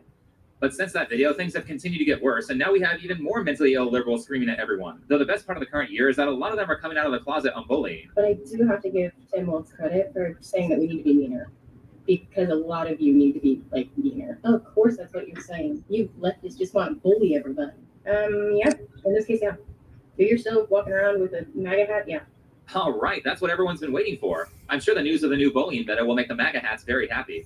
But what really seems to be the issue here with all these people going onto TikTok to have psychotic breakdowns or tell people to take canned food, put it into a sock, and then use that to beat your family members who voted for Trump. And then how could we be surprised, right? That someone would shoot Charlie Kirk. No surprise at all. I mean, pretty much it was written in the wall, written in the sky. Yeah, I know Myron does those things too, and I hope he stops doing them, especially after today. No. It's just not. I'm gonna do a live stream later about it at 11, but the time to be a I don't know if the martyr is the correct word or the time to be loud and proud and speak about these things in like an open platform, like a gym or outside and all that. That time is dead and gone. No, exactly. Like I said this in the beginning of the stream, right? If you hate me, if you disagree with me, I mean, I don't mind disagreements, but you know what? There are too many crazy people out there. So I rather not. I'm not looking to get big because the more big you get, the more haters you will get. So, and they're crazy people, particularly, right? If you are on the right, or if you're not typically on the same sides of the left, or as women, they will hate you. I've gotten so many death threats already just being as small as I am, which is insane. I'm a nobody. Yes, I've gotten death threats, right? Death threats. It's like, huh? Like, how'd you get them? Like text or like did people DMs, right? DMs. I get DMs on like my TikTok, right? Death threats. Okay, it's like, wow. This is what I'm saying is like, you know what? Like, I'm glad I have the following that I have, right? Like-minded brothers, right? Cool guys, cool people. I'm fine with that. Because I'm telling you, right? The more, especially for our content, right? For our ideology, the bigger we get, the more people will really not like us, right? That's why I've said this before. Red pill or men's content isn't mainstream because the bigger audience would not like what we say. They won't like it. They won't agree with it, and some of them will actually hate you for it. Well, listening to any differing viewpoints that they don't understand their opposition or even their own side well enough to see why Trump is so popular. You were a Democrat. I was my whole life. I first voted for Bill Clinton and voted Democrat every single year until November. We can't just have anyone cross the border. What I will tell you is that it was not for Donald Trump, we might still be living next to gang members because everything changed after he was elected. Right, you can't just let a ton of people illegally cross the border. That's a great way to enable child sex trafficking, the trafficking of dangerous hard drugs like fentanyl, and it allows criminals to invade our country unabated. Some of these wokies seem to be quick to forget that not even 6 months ago, Venezuelan gangs were assaulting and kidnapping people in Colorado apartments. There's a reason why we have borders, and in fact, I'm old enough to remember when Bernie Sanders was against illegals. Open border. And that's a complaint proposal. The idea, I mean, that's a right-wing proposal, which says essentially it is it's but it would make a lot of global poor richer, wouldn't it? And make everybody in America poor. We're doing away with the concept of a nation state. But right-wing people in this country would love to make a foreign policy, bring in all kinds of people who are. That's so funny. Really? That's the hypocrisy of it, right? Democrats were not for open borders, and now it's like it's tiring. Like Yeah, they just get we have film, like we have technology, we have video of y'all saying it. Like remember, like anything you put on the internet will be clipped and farmed That's forever, why. especially if you're a That's why politician. I love it. I love the internet for that shit. Right? That's the thing. What I love about the internet. It will prove people wrong. yeah, DA. Do you know? Did you see Hillary's speech on it? Back in the day, I think it was in the Trump era when he No, was. I think I did. I think I did. Yeah, She I was think the I same remember that. way. She was the same way. Yeah, at first she wasn't for the war, and then there's the video clip for like 6 years ago. Yeah, I'm absolutely for continuing to pound Iraq and Afghanistan. I think that clip. Like These people are these, crazy. these people are bad. I don't believe in that. It's actually not just Bernie Sanders who's spoken out against illegals. In fact, every president on the left that's taken office during my lifetime has been against open borders. Undocumented workers broke our immigration laws, and I believe that they must be held accountable. All Americans in every place in this country are rightly disturbed by the large numbers of illegal aliens entering our country. That's why our administration has moved aggressively to secure our borders more by hiring a record number of new border guards. I voted for a fix. Punish American employers who knowingly violate the law when in fact they hire illegals. Crazy, right? But going back. And then, right? You guys remember I don't know if you guys remember. Like I told you got Anton Daniels did a reaction of mine when I talked about, that I support deporting illegal immigrants. That video, right? That video got me death threats. That's the video that got me death threats. When did you do that video? I did a while ago, right? It was a while ago. Yeah, it was a video of me saying that I support the deportation of illegal immigrants, and people hated me for that. Hated me. And it was people on the left. It was Democrats that hated me. I was like, ah, damn. Yeah, you showed it on your live stream, DA. I remember that. Part of it cut off, but we still saw it. Yeah, that video got me so many death threats. I was like, people are crazy. That's what Bernie Sanders said. Open borders used to very much be a right-wing position that George Bush Jr. was infamous for allowing in the 2000s.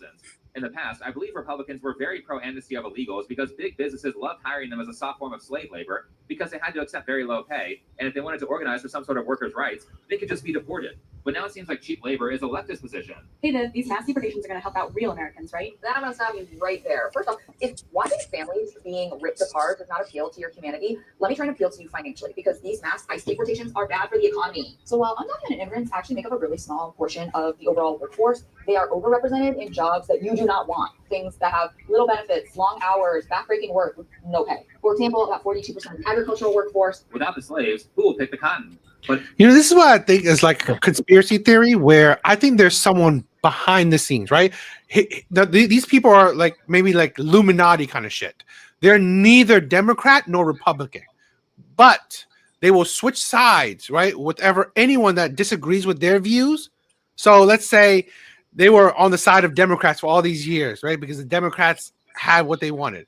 Now, if let's say Donald Trump, who's like he's maybe he's against it or he doesn't follow along, well, they switch sides to whatever accommodates their point of views. So this is the thing. I always think that some billionaires, maybe trillionaires, are actually puppeteering, officials behind the scenes. Yeah, I agree. Yeah, no, I was gonna say I doubt that because most podcasters like Myron, Sneeko, who's the other one? Nick Fuentes. The big bad guy is the Jews. I mean, they are some of the wealthiest people in America right now. So, Yeah, I but wouldn't be surprised. but it's like every problem. Like, come on, man, really?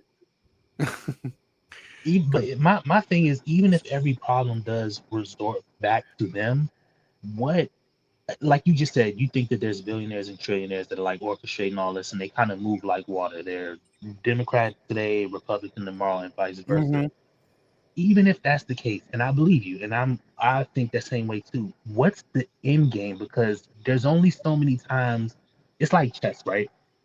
Chess is, I think, the world's most perfect game because everything has a rule, everything has its place, but you can only advance so many times before you actually start taking losses. So this whole song and dance of today, this is cool, tomorrow it's not cool. Eventually, this boils over to where there's a checkmate.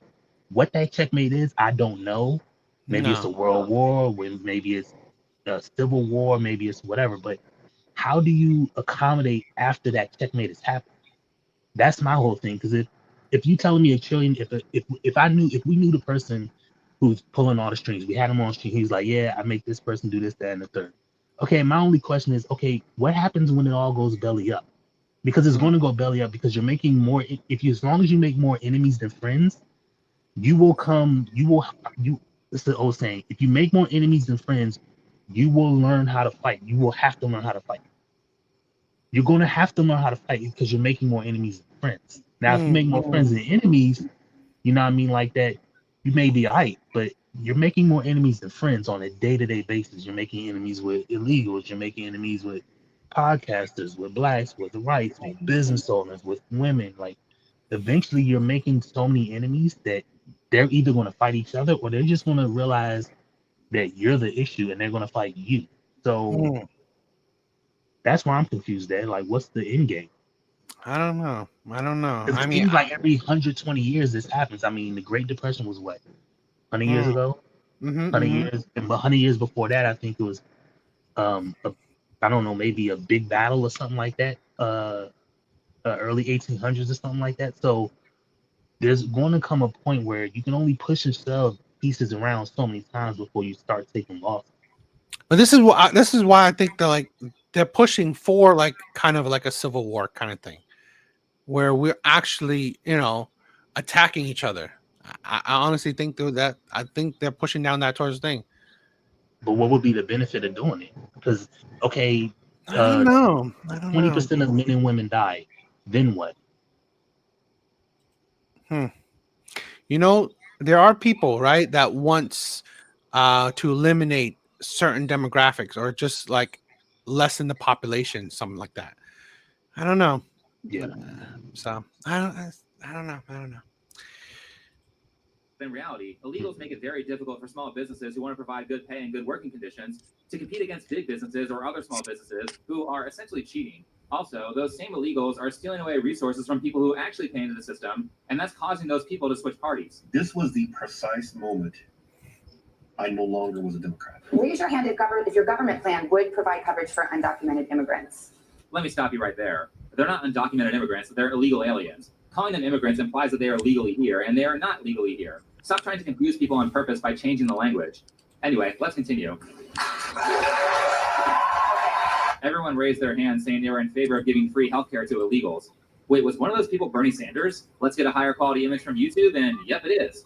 What a wild political shift. That was the precise moment that I knew I was leaving the Democratic Party because I was a two-time bone cancer survivor. I voted for Obama-Biden based on Obamacare. And when it was implemented in 2010, I went from an insurance plan that was $185 a month with a $1,000 deductible, and I was left with the cheapest option being $1,200 a month, $6,000 deductible. I went 10 years without insurance because I could no longer afford insurance. Every single Democrat candidate up on that debate stage raised their hand and said they would give illegals free healthcare. That was the exact moment I was no longer a Democrat. You want to know why your medical bills are so expensive? Well, there's a lot of reasons for that, but a big one is the fact that emergency rooms are legally required to take care of people who enter them, whether they have the money or not, and illegals love using that as a form of healthcare, followed by not paying for their bill, so the hospitals just jack up the prices for everyone else to pay for that. And I have to say that the taxpayers are tired of being looted by the people gaming the system and by the flunkies of society. They cut my motherfucking food stamps to $85 from $738. Well, that's supposed to support a household of three. I don't. Am I supposed to buy all that shit? So when y'all see me in the store still stuffing that shit in my motherfucking bag, nicely act like you don't see. Seriously, you're not supposed to survive off of food stamps. You're not even supposed to have that many amount of kids if you can't. Like, where's the daddy at? God damn it! This is the victimhood, like no accountability shit. People, man. Just by looking at you, everyone can tell that you aren't starving. So pay for your own food or have fun ending up in a jail cell after you try to steal it. But these days in America, every leftist and their grandmother is just looting taxpayers to make up for their own terrible decisions. And like I said, it's not just the right that's tired of being bullied by these people. Stuff like this has been causing longtime Democrats to flee the party. And that's because this is stealing. This is called theft. You guys want to know why you can't afford shit anymore? Half the reason is because the government is out there constantly stealing your money and largely giving it to themselves. But while they do that, they throw a bunch of people crying in front of you who have made tons of irresponsible decisions and say, can't you just have some compassion? No, I don't have compassion for people who have made bad decision after bad decision, refuse to change, and then use that as an excuse to rob me. Now, I do care about people who are suffering with genuine disabilities, and I think those are an exception to the rule. However, it is uncanny how much money these people in the government are stealing from you, while at the same time they use poor people or illegals as human shields to prevent anyone from criticizing them. Here's a video of some on-the-ground reporting of New York giving free housing to illegals in New York City, one of the most expensive places to live in America. We're in uptown New York City, right next to all these brownstone homes that cost millions of dollars, and this 10-story high shelter is housing thousands of migrants for completely free. What do you think all the migrants are getting free rent, get the free food, they get a free time here in New York City, while you guys have to pay for your rent and everything like that? Does that make you upset? Yeah, honestly, that's not fair for me. That shit is not fair at all. We all live here. We all gotta work. We all gotta get our shit. So they should do the same shit. You feel me? And that's not even the worst of it. You see, a lot of these places that are housing illegals were basically just hotels going bankrupt because they couldn't get enough customers. So now the government is paying them for every night illegals stay there. It's interesting to know that many of the hotels housing migrants inside New York were once on the brink of bankruptcy before the journey of migrant shelters. And now the city's paying a premium of up to $300 per room and guaranteeing maximum capacity for each building. In other words, these hotels are making more money than ever before with a guaranteed max capacity each night and not having to worry about spending money on advertising to receive extra bookings. So if you're a businessman, why wouldn't you turn your hotel into a migrant shelter, especially if your company can make an extra $10.5 million in pure profit? So this is literally a corrupt business wealth transfer, and it's not the only example of it being done. In fact, a lot of taxpayer money is stolen this way. A great book called The Dictator's Handbook outlines a number of foreign aid scams where politicians are like, yeah, here's $20 million of foreign aid to help farmers in Haiti, but they can only spend the money on John Deere tractors. This is rich people preying on the pathological kindness of some Americans and preying on their lack of ability to research where their money is going. And like I said, this is not that uncommon. Even better, these air quote compassionate, useful idiots love to talk down to you as they try to force you to take experimental medical procedures or be ostracized from society. America, if you can hear my voice, clap once. If you can hear my voice, clap twice. Do you know why I am here today, my friends? Those of you who are unvaccinated, yeah, you are not welcome to play with the vaccinated friends anymore. I know. And you know why that is? Because they don't want to die. That's right, they do not want to die. So here's what we're gonna do. When you get a vaccine, More classical examples like this clip of Maxine Waters telling people who were already looting businesses, setting everything on fire, beating people up, and sometimes killing people. She was telling these people to get more confrontational if they didn't get the verdict they wanted for the George Floyd Derek Chauvin trial. We're going to get a verdict that says guilty, guilty, guilty. And if we don't, we cannot go away. We've got to get more confrontational. We've got to make sure that they know that we mean business. Why is this chick not in prison for saying that? Oh, but she didn't say go be violent. I don't care. Everyone knows what she meant. She's literally telling rioters to go riot more, and that is not protected speech, that's terrorism. Like I said, this is not new, and it's ongoing with the younger generations on Twitch, where you have one of the largest creators actively promoting multiple terrorist groups. Let's talk about our favorite flags. Oh, like overall, what my favorite flag? Yeah. Hezbollah. Look it up. Oh. I'm not even kidding. It's actually a dope flag. I don't know flags. It's this is a. You know what? I'm gonna be brave. My favorite flag. It's got an AK on it and a fucking hand holding it up. Wow. Son. Or we might have to cut this. We're behind the paywall. It's fine. Yeah, sick terrorist flag, dude. Isn't it so cool? This is basically like Hassan saying that Hitler is his favorite political leader. And I mean, geez, you can visibly see how immediately uncomfortable his statement makes everyone in the room as he promotes a Muslim terrorist group in front of a gay guy and a pride flag. Does he know what One Piece is? Luffy. Luffy? Yeah, he said he's been watching it since he was a kid. The whole way! We think the Houthis, Ansar Allah, is doing what Luffy would do. Now, a lot of people have said that this guy wasn't actually a Houthi, but whether he was a Houthi terrorist or not is beside the point, because the reason that Hassan interviewed him is because he thought he was a Houthi. Bro, are we about to have a Houthi rebel on stream? Yes, brother. The Houthis have child slave soldiers and child sex slaves. Did you know that there are 4 million children married to pedophiles in Yemen right now, and Hassan supports that regime? I believe what the Houthis are doing is a good thing. 10 toes fucking down. They are on the morally right side. But Hassan is not the only person who is spreading radicalism on Twitch. He literally has an entire friend group helping him promote terrorism in multiple ways, like Sean DeBlanc telling someone to murder Destiny, Denham's offering to pay someone to kill Mark Kern for $30,000, as well as Mike from PA putting a $100,000 hit on Ethan Klein. Keep in mind.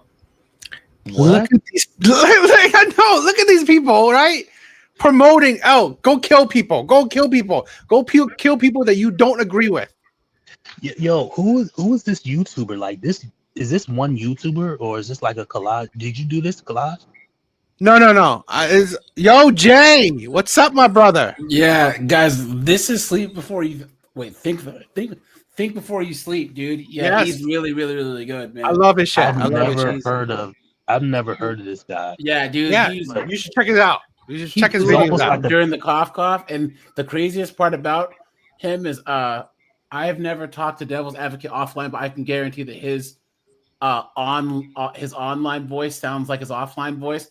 If you ever hear "Think Before You Sleep" in an interview, like he was on whatever, he sounds a bit like himself, but you're like, wait a minute, is that "Think Before You Sleep"? Because his voice sounds so different when he does a recording, you know? Really? So I gotta check that out.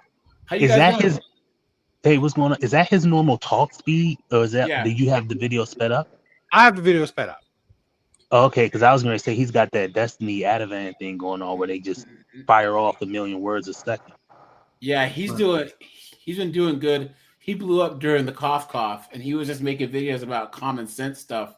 And he was doing a thing because he used to teach yoga because yoga helped him. I think either like get clean or he has like ADHD or whatever. And that's when he's not quite red pill. He's red pill when it comes to like politics and stuff. But he talks about these women because he saw all these chicks banging the yoga instructors and cheating on their husbands and all that other stuff, you know. So that's kind of the view he takes.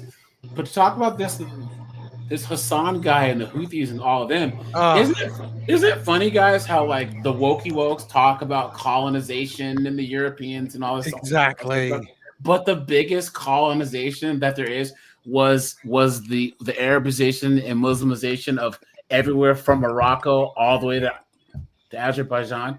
Yeah, they don't care about the colonizations of anything else. Only if it's a white person, that's it. Yeah, the slave trade is still going. Yes, remember? Yeah.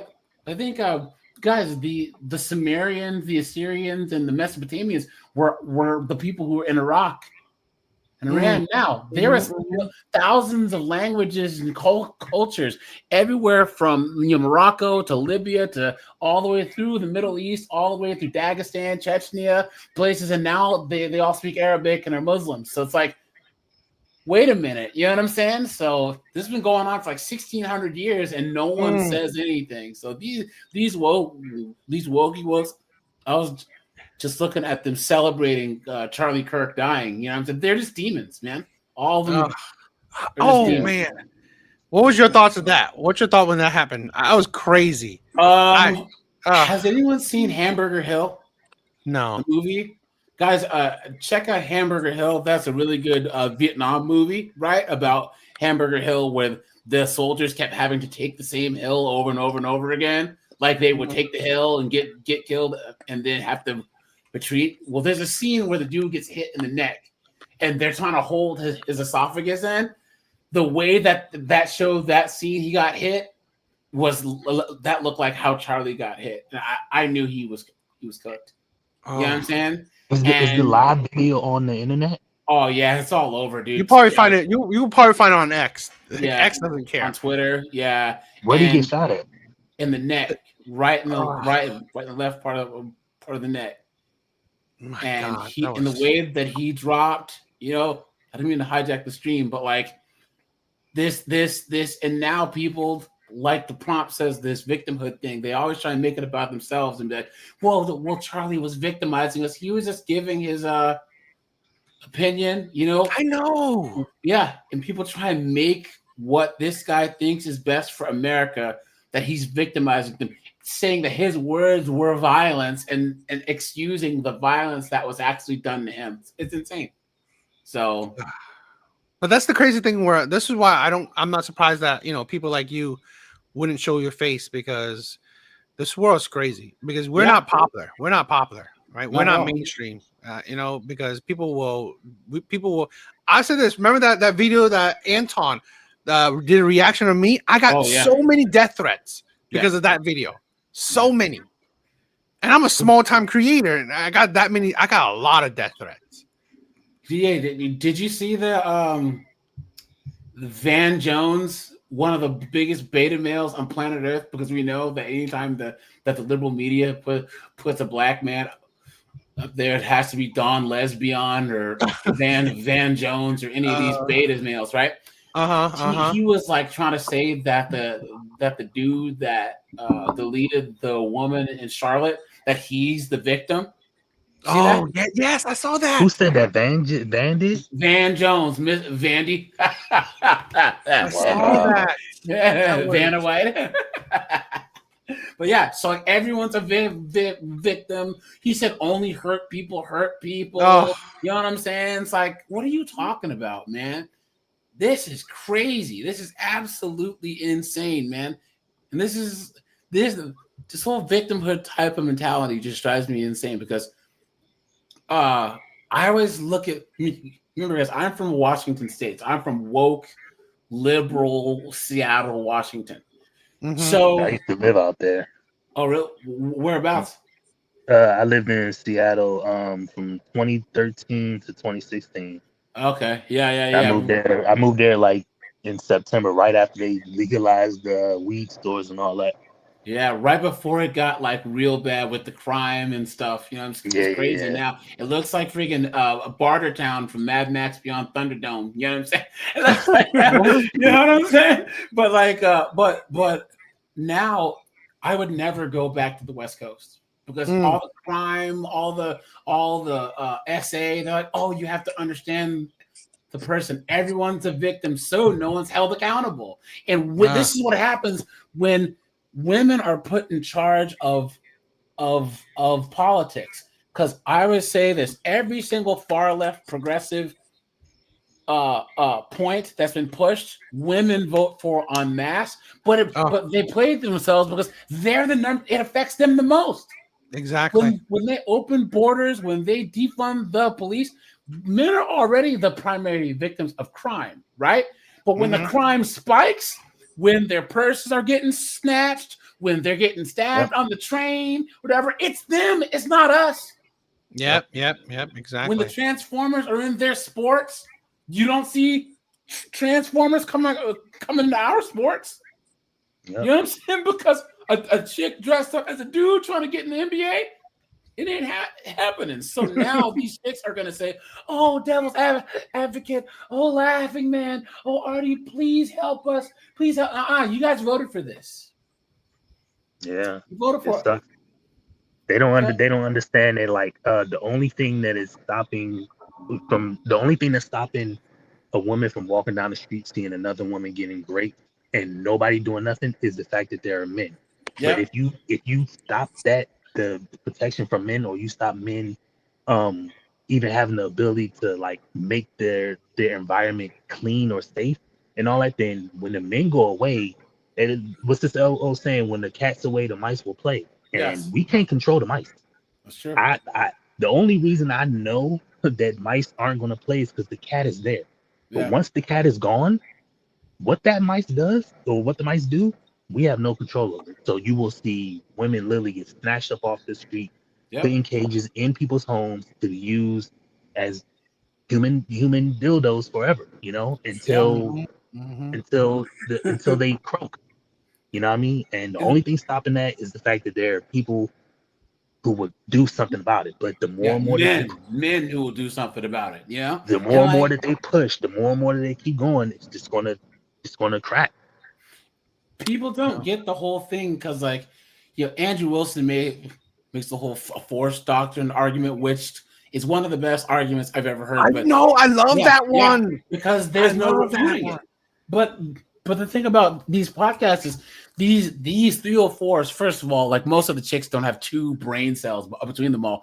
But in DA, you have to accept the fact, just like me, where there's gonna come a day where these 304s are gonna start calling into your show. You know what I'm saying? It might not be tomorrow, it might not be, but I would pay to see 2 dunderheaded 304s. But no, they never talk about the fact that this happened in Afghanistan 3 years ago. So, back in the 2000s, men with guns decided that they're going to go into Afghanistan and tell the men that women need rights, women can drive, they should be able to be educated. And then 3 years ago, the men who decided that women should have rights left, and the men who said women don't have rights took over. They took over, and the women couldn't do anything about it at all. Yep. No, that's the thing where a lot of women don't understand that we live in a world. It's a reality. You cannot live in a world without men. So you need men to keep other men in check. Yeah, right. That's just how it is. Even in Russia, after the war, after World War II, I think it was like the population was like 40% men and 60% women. And in Germany, it was like 35% men, or it might be vice versa. I think Russia, it was like 35% men, and then the rest women. And then Germany was like 40%. Even when women outnumbered men, even when women were 70% of the population, they still couldn't take the country from men. This would be like if all the white women decided to take all of black men's rights away. Black men were 6.5% of the population. White women are what? 25%, 30% of the population. We would win. We would beat them. We would beat them in a war. You know what I'm saying? Like it just doesn't make any sense, you know? But exactly. So I was going to ask you about the victimhood mindset. What do you say to people in your life that are always like, oh, white supremacy and oh, this and that, and all they do is whine and drone and why not? It's like these people make victimhood their entire identity. Like, what do you say to them? Well, to be honest, like I've had a few who do talk about it, who perceive victimhood, but it's like you got to ask them sometimes, right? Some of them ask them what do they seem that is the wrong, right? What's the problem? Why you think you're such a victim? When you actually hear it, it's very a weak argument. It's all the time is like a weak argument. Yeah. So once you break, I mean, like you always hear a story from somebody, right? The reasonings, it's always a weak argument, right? Yeah. Because I've done this to plenty of people who, let's say I've had black people who say that, the white man shit, right? But when I tell them about financial education, that's how you can build yourself up, where the white man is not going to do shit for you. It's not going to be a problem. If you have financial education, if you invest, if you save, if you budget, they have nothing to say. Yeah, but you know that you Asians, you guys aren't even part of the social justice conversation anymore, right? Yeah, you guys can't even talk about racism. You guys can't even talk about the fact that Texas A&M had a DEI event and Asians and whites weren't invited. Because everywhere you Asians go, the sky opens up and gold bars fall from the sky. Yeah. Life is so easy. If I always tell people, I'm like, let me just grant everything that you said. White supremacy, Jim Crow, slavery. Now what? Exactly. Now what? And they never have an answer. All it is trying to restate the problem over and over and over again to deflect from actually holding them accountable for the fact that they're losers. Because I'm 44. By the time that you're 40, if you grew up anywhere near middle class, you are exactly where you wanted to be in life. Your decisions I could see if you were born in like, West Virginia, Appalachia, inbred poverty. You know what I'm saying? But other than that, you have no excuse. You know what I'm saying? I have friends of mine that are Vietnamese immigrants, Cambodian immigrants, Bosnian immigrants. You know what I'm saying? Eritreans that came here with nothing and they managed to make it and you can't? Come on, man. No, Come exactly. No, I'm tired of the excuses. That's why this is the problem we're having. So many people have excuses for everything. Yeah. Did you see? You should react to Jubilee had a episode on millionaires versus minimum wage workers. I don't know if you saw that. That was a good one. And they had, and the millionaires were all young. They were all like 28, 29 years old. They had this one white guy who was a real estate YouTuber and investor. They had this one Hispanic girl who did her own makeup stuff and has her own makeup line. And then they had another guy who was a tech guy. And then they had this old woke beta male white boy who was a Target worker, and this other girl worked at McDonald's or whatever. And of course, they're all socialists, right? And I like the fact that the real estate guy goes, how many vacations have you been on? And the Target guy, well, I've been to like Ireland and Sweden. And he goes, you, how many? She's like, well, I've been here. He goes, you guys know how many vacations I've had in the last 10 years? 0. So I've worked 7 days a week for the last 10 years. He goes, I don't have friends. I don't have free time. He goes, I work my butt off. Exactly. You guys are out here flying to Ireland and smoking and joking. You know what I'm saying? And then the millionaire girl said that she used to pay her friends so that they would let her do their makeup on YouTube. So she would work her job and then pay her friends like $50 so she could do their makeup. And then over time, it blew up. And it's like, and now you expect me to feel bad that I'm a 28-year-old millionaire when you guys have been working at Target and whining the entire time? But you should check it out. It's called Millionaires versus Minimum Wage Workers. So, I'll definitely check it out. I'm gonna definitely check that out. Yeah, I just can't. All the millionaires that I know, and I know multiple, made their money in my lifetime. I've seen in the process. Matter of fact, my one friend, he's a Vietnamese dude. He grew up in Seattle. He was in a Vietnamese gang, so he got caught stealing cars. He joined the army because, back then it was either you go to jail or you join the army, right? So he joined the army, got deployed, did his 4 years, did his IT stuff, and now he's like a big wig for Microsoft, and he's a multimillionaire. So I've seen him go from like mugshot to the military to college to millionaire. You know what I'm saying? That's amazing. And there's no excuse. There isn't. And people don't know how to sacrifice. And even if there is, there's nothing you can do about it. What can you worry about stuff? Even if the white man was keeping me down. Artie, I think that was you who was talking earlier. Artie? Yeah. Do you remember back in the early 2010s with the Saw Netter and the Brother Polite and all that pro-black foolishness? Oh my goodness, dude! Listen, the amount of BS that comes from these, and so I'm not on camera, right? But I don't know if you see my content thing. I'm black, right? I'm 37. Yeah. I actually just had a B-Day on the 7th, but the amount that comes from these people is it's so blistering bad. Like they do all this hocus, I call it hocus pocus nonsense, because, and now look at Brother Polite. In jail, I don't know how long he's in jail for, because he was penetrating a 14, 15-year-old. Even look at Nature Boy. Nature Boy was a young black guy who went to whatever country and had like all them girls. He had a little farm or whatever he was doing, and all he was doing was passing out gonorrhea and syphilis, smashing all these. He had like, it was him and 2 friends of his, and they had like 7 or 8 okay looking black girls, and they were just smashing them left and right. Now he's in jail for life for pimping and pandering. And, dude, these people are their whole platform is victimhood.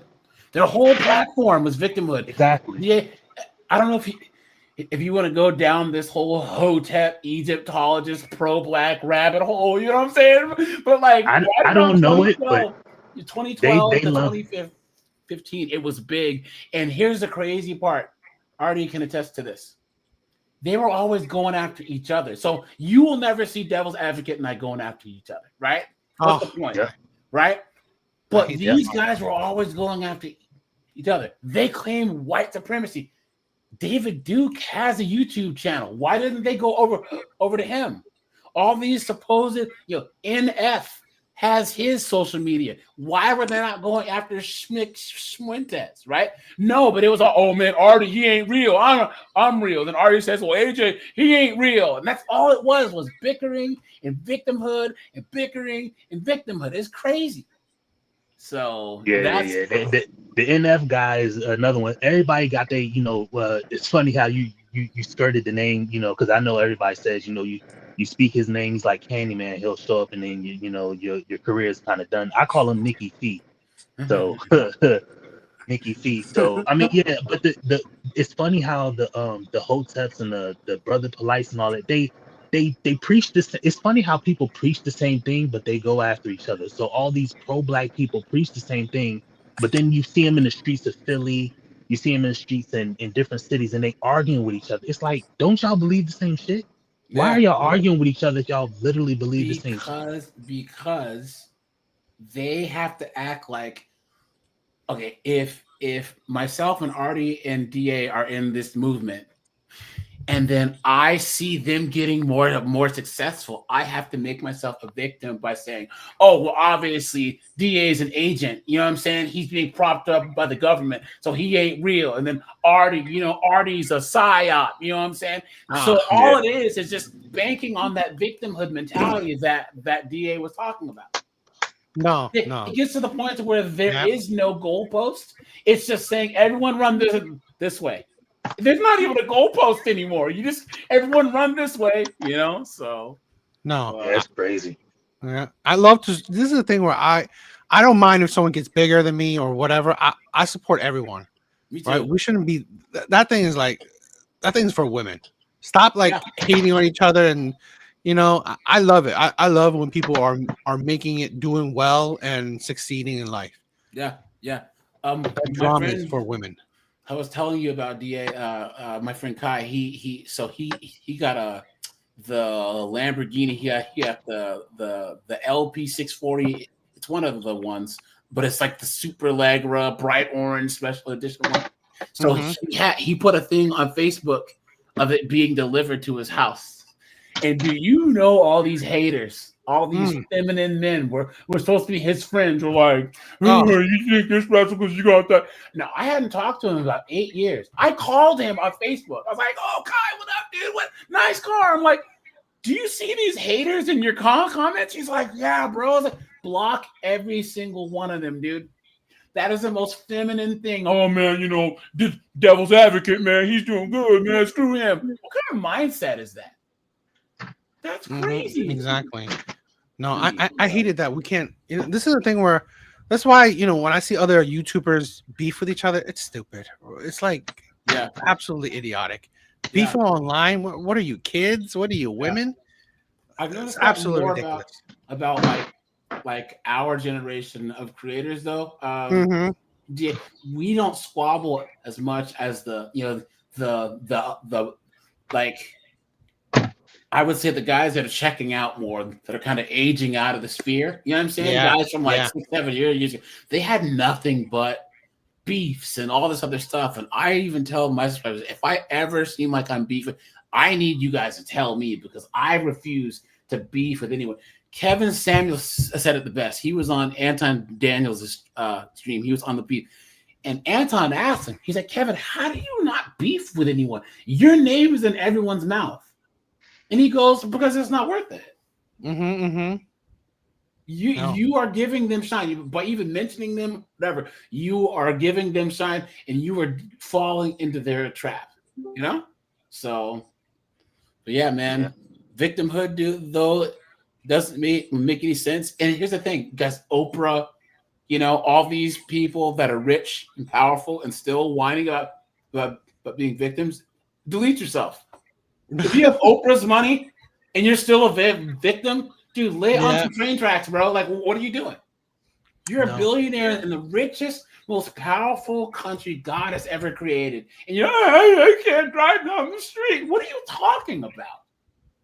No, I feel the same way. With people, if you're living in America and you're bitching about life, no, then yeah, you should you should end it because Yeah. seriously, if you Yeah. can't make it, then you were never meant to make it. Yeah. Yeah. Yep. It's Why? like it's like the internet is well, we're all like I guess you would consider middle age. So when we were in high school, we all had like the little groups and cliques in high school. And let's just say this is all like pre-internet. So you had the what would be considered the loser crowd, the athletes, the pretty girls, the cool guys. You had all of them in one. And so different groups of people kind of interacted with each other and they had their different vices. You know, the the party girls, they like to do a little coke, maybe the frat boys, they like to drink when they're not going to a gang, maybe some of the losers were just like on hard drugs or weed. So now you introduce the internet. And so now everybody's on the internet now. And so what do people do when they're on the internet? They still live their individual lives. So they group up over here. You have this left or you have the right. And then you have these people who think pro-black and then these people who think it's the Jews or this people. Like you have all these people. And because when we were in high school, people did drugs or people, use whatever their vice was, whatever it was. Now on the internet, nobody really knows the vice to use. So they're all just like, well, we're over here on the left side and the right, but let's just use victim narrative as that. Or we're the pro-blacks. Let's just use our vice is the people did it. Or let's just use this as like, it's funny how high school just is on the internet now. And now you just see everybody's You said saying, high school's on the internet. yeah, literally high school is on the internet now. And you can just see everybody's BS in the same way. I didn't make that into a mug or something. Yeah, man. That's wise words, my friend. Yeah, that's all it is high school's on the internet now. And now you see everybody like however they were is like they still group in those cliques and all that. And now it's just like, well, they don't know what to do. And if somebody doesn't know what to do, they either just stay around or get hit. But I'm of the opinion, like, whatever you do in life, my biggest thing on my channel, what I tell people is like, whatever you do in life, make sure you're doing it for your benefit. Don't worry about whoever else. I mean, you be solid, you take care of people and whatever you want to do, but make sure you're doing it for your benefit. Don't let people put ideas in your head that don't benefit you first or that just benefit them. You make sure you're doing it for your benefit. But outside of that, go ahead. Here's the thing. By the time that you're our age, DA's age, Laughing Man's age, by the time, selfish is not a bad word. It becomes a good word. Because, guys, once again, we're trying to set up our lives for the rest of our lives, right? When by the time that you're 40, guys, my day job pays good, but guys, once again, pays good. But career-wise, if I was going to cure cancer, I'd have done it already, right? You know what I'm saying? I'm not going to be accomplishing any crazy milestones, sending anyone to the moon. I'm worried about 45 to 85 or however long I'm here, right? So if you want the healthiest version, if you want the best version of yourself, monetarily, spiritually, mentally, physically, then you're no good to anybody else. Yeah, and you have to live with it though. But people have to live with it, and people just can't live with it. They have to, and that's the part where it's always a victim. It's like, dude, there's big people online who keep saying, like there's the big YouTubers that have all now since died, miraculously. Didn't see that coming. But when the big YouTubers, like the obese YouTubers died, they were always saying, "Oh, it's stuff in the food, and the government do this, that, and the fourth." Dude, you're feeding yourself. You're feeding yourself whatever. And if you don't care to take care of your health, I don't care to take care of your health because I'm not fucking you. You know what I mean? I don't care. So what you do is what you do. I say people need to be more selfish about what they have going on for themselves and just live in it. It's nothing wrong with saying, I want this and I'm going after this. Cool. I don't have to step on nobody's feet to get anything done. But I'm gonna just go after what I'm going after.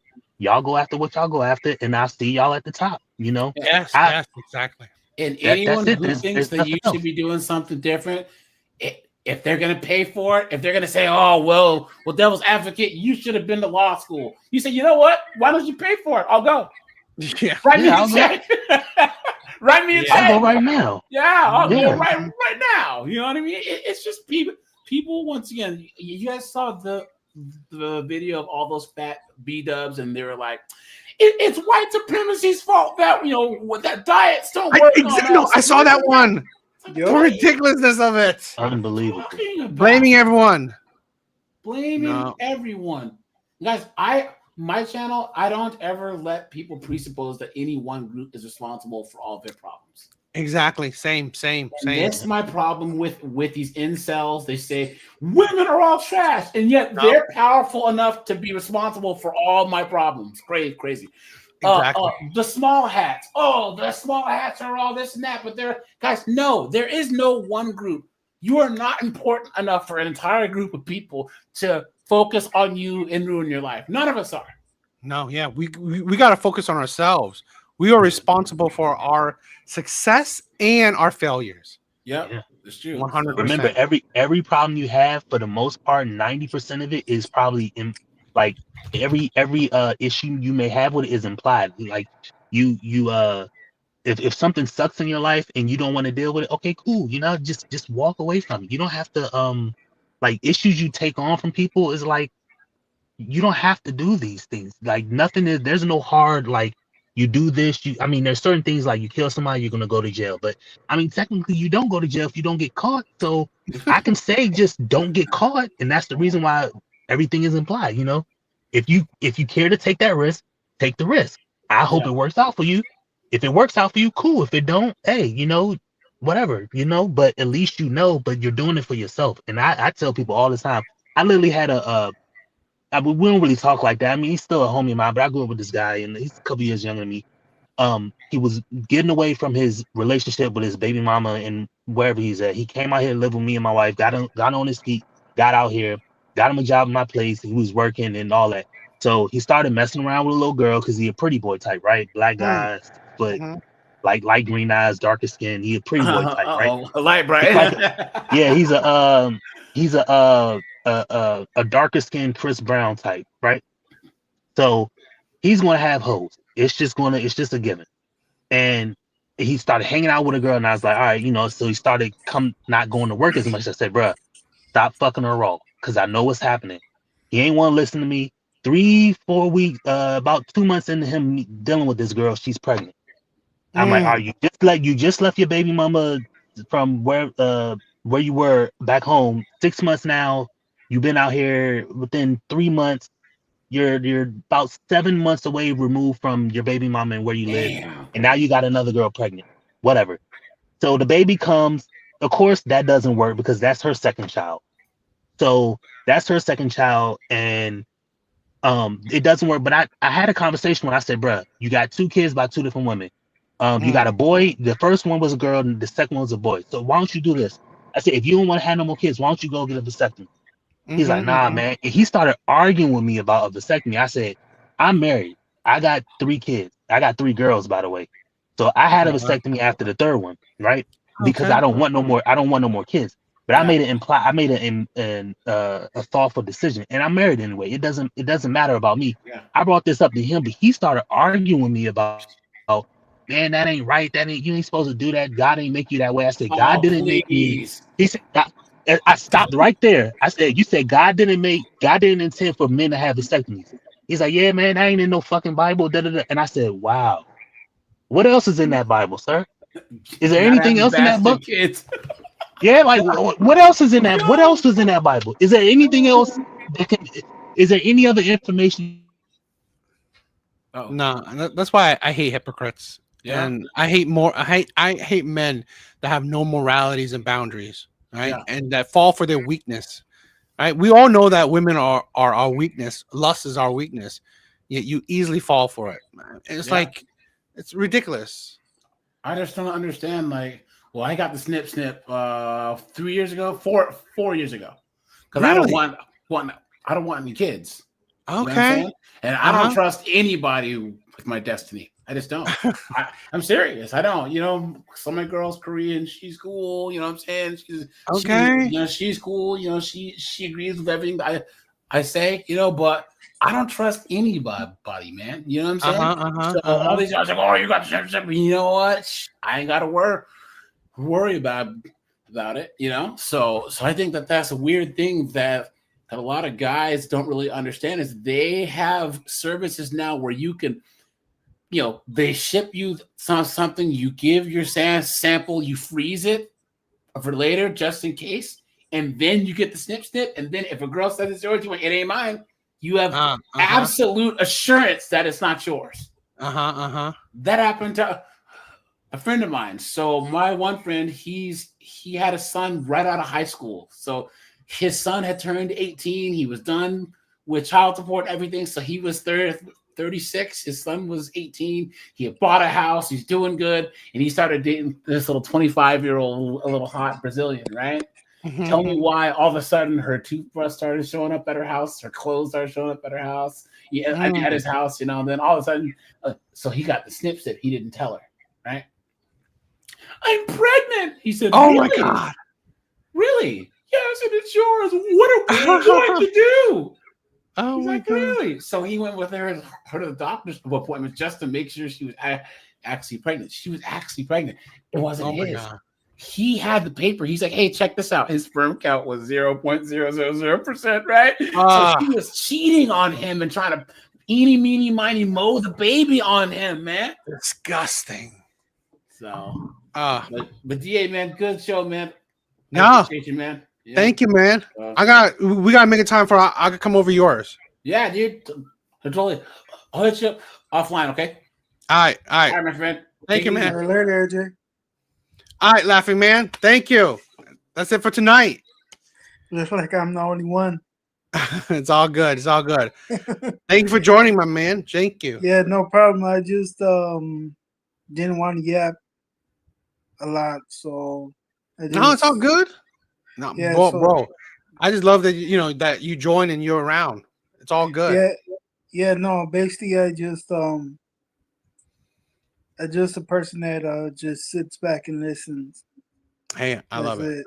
But I don't mind, my brother. I don't mind. But yeah, I just didn't want to cut off you and Aries and AJ. So I just because I wanted to say something like when he said the guys when they were talking about that whole movement and they said the guys just appeared in that and then I was like Kenny man. Yeah. Yeah. But yeah, no, I had a great time and thank you for having me. No problem, my brother. Hopefully I could do this again with you soon. All right, we'll do more of this. Thank you. Right, thank you for joining, my brother. You too. Have a nice day, DA. All right, later. All right, later. All right, guys. Thank you for joining. Thank you for having fun. This is the link that Evil Eddie, my brother, right? My brother. Hopefully this works, right? So check out the link.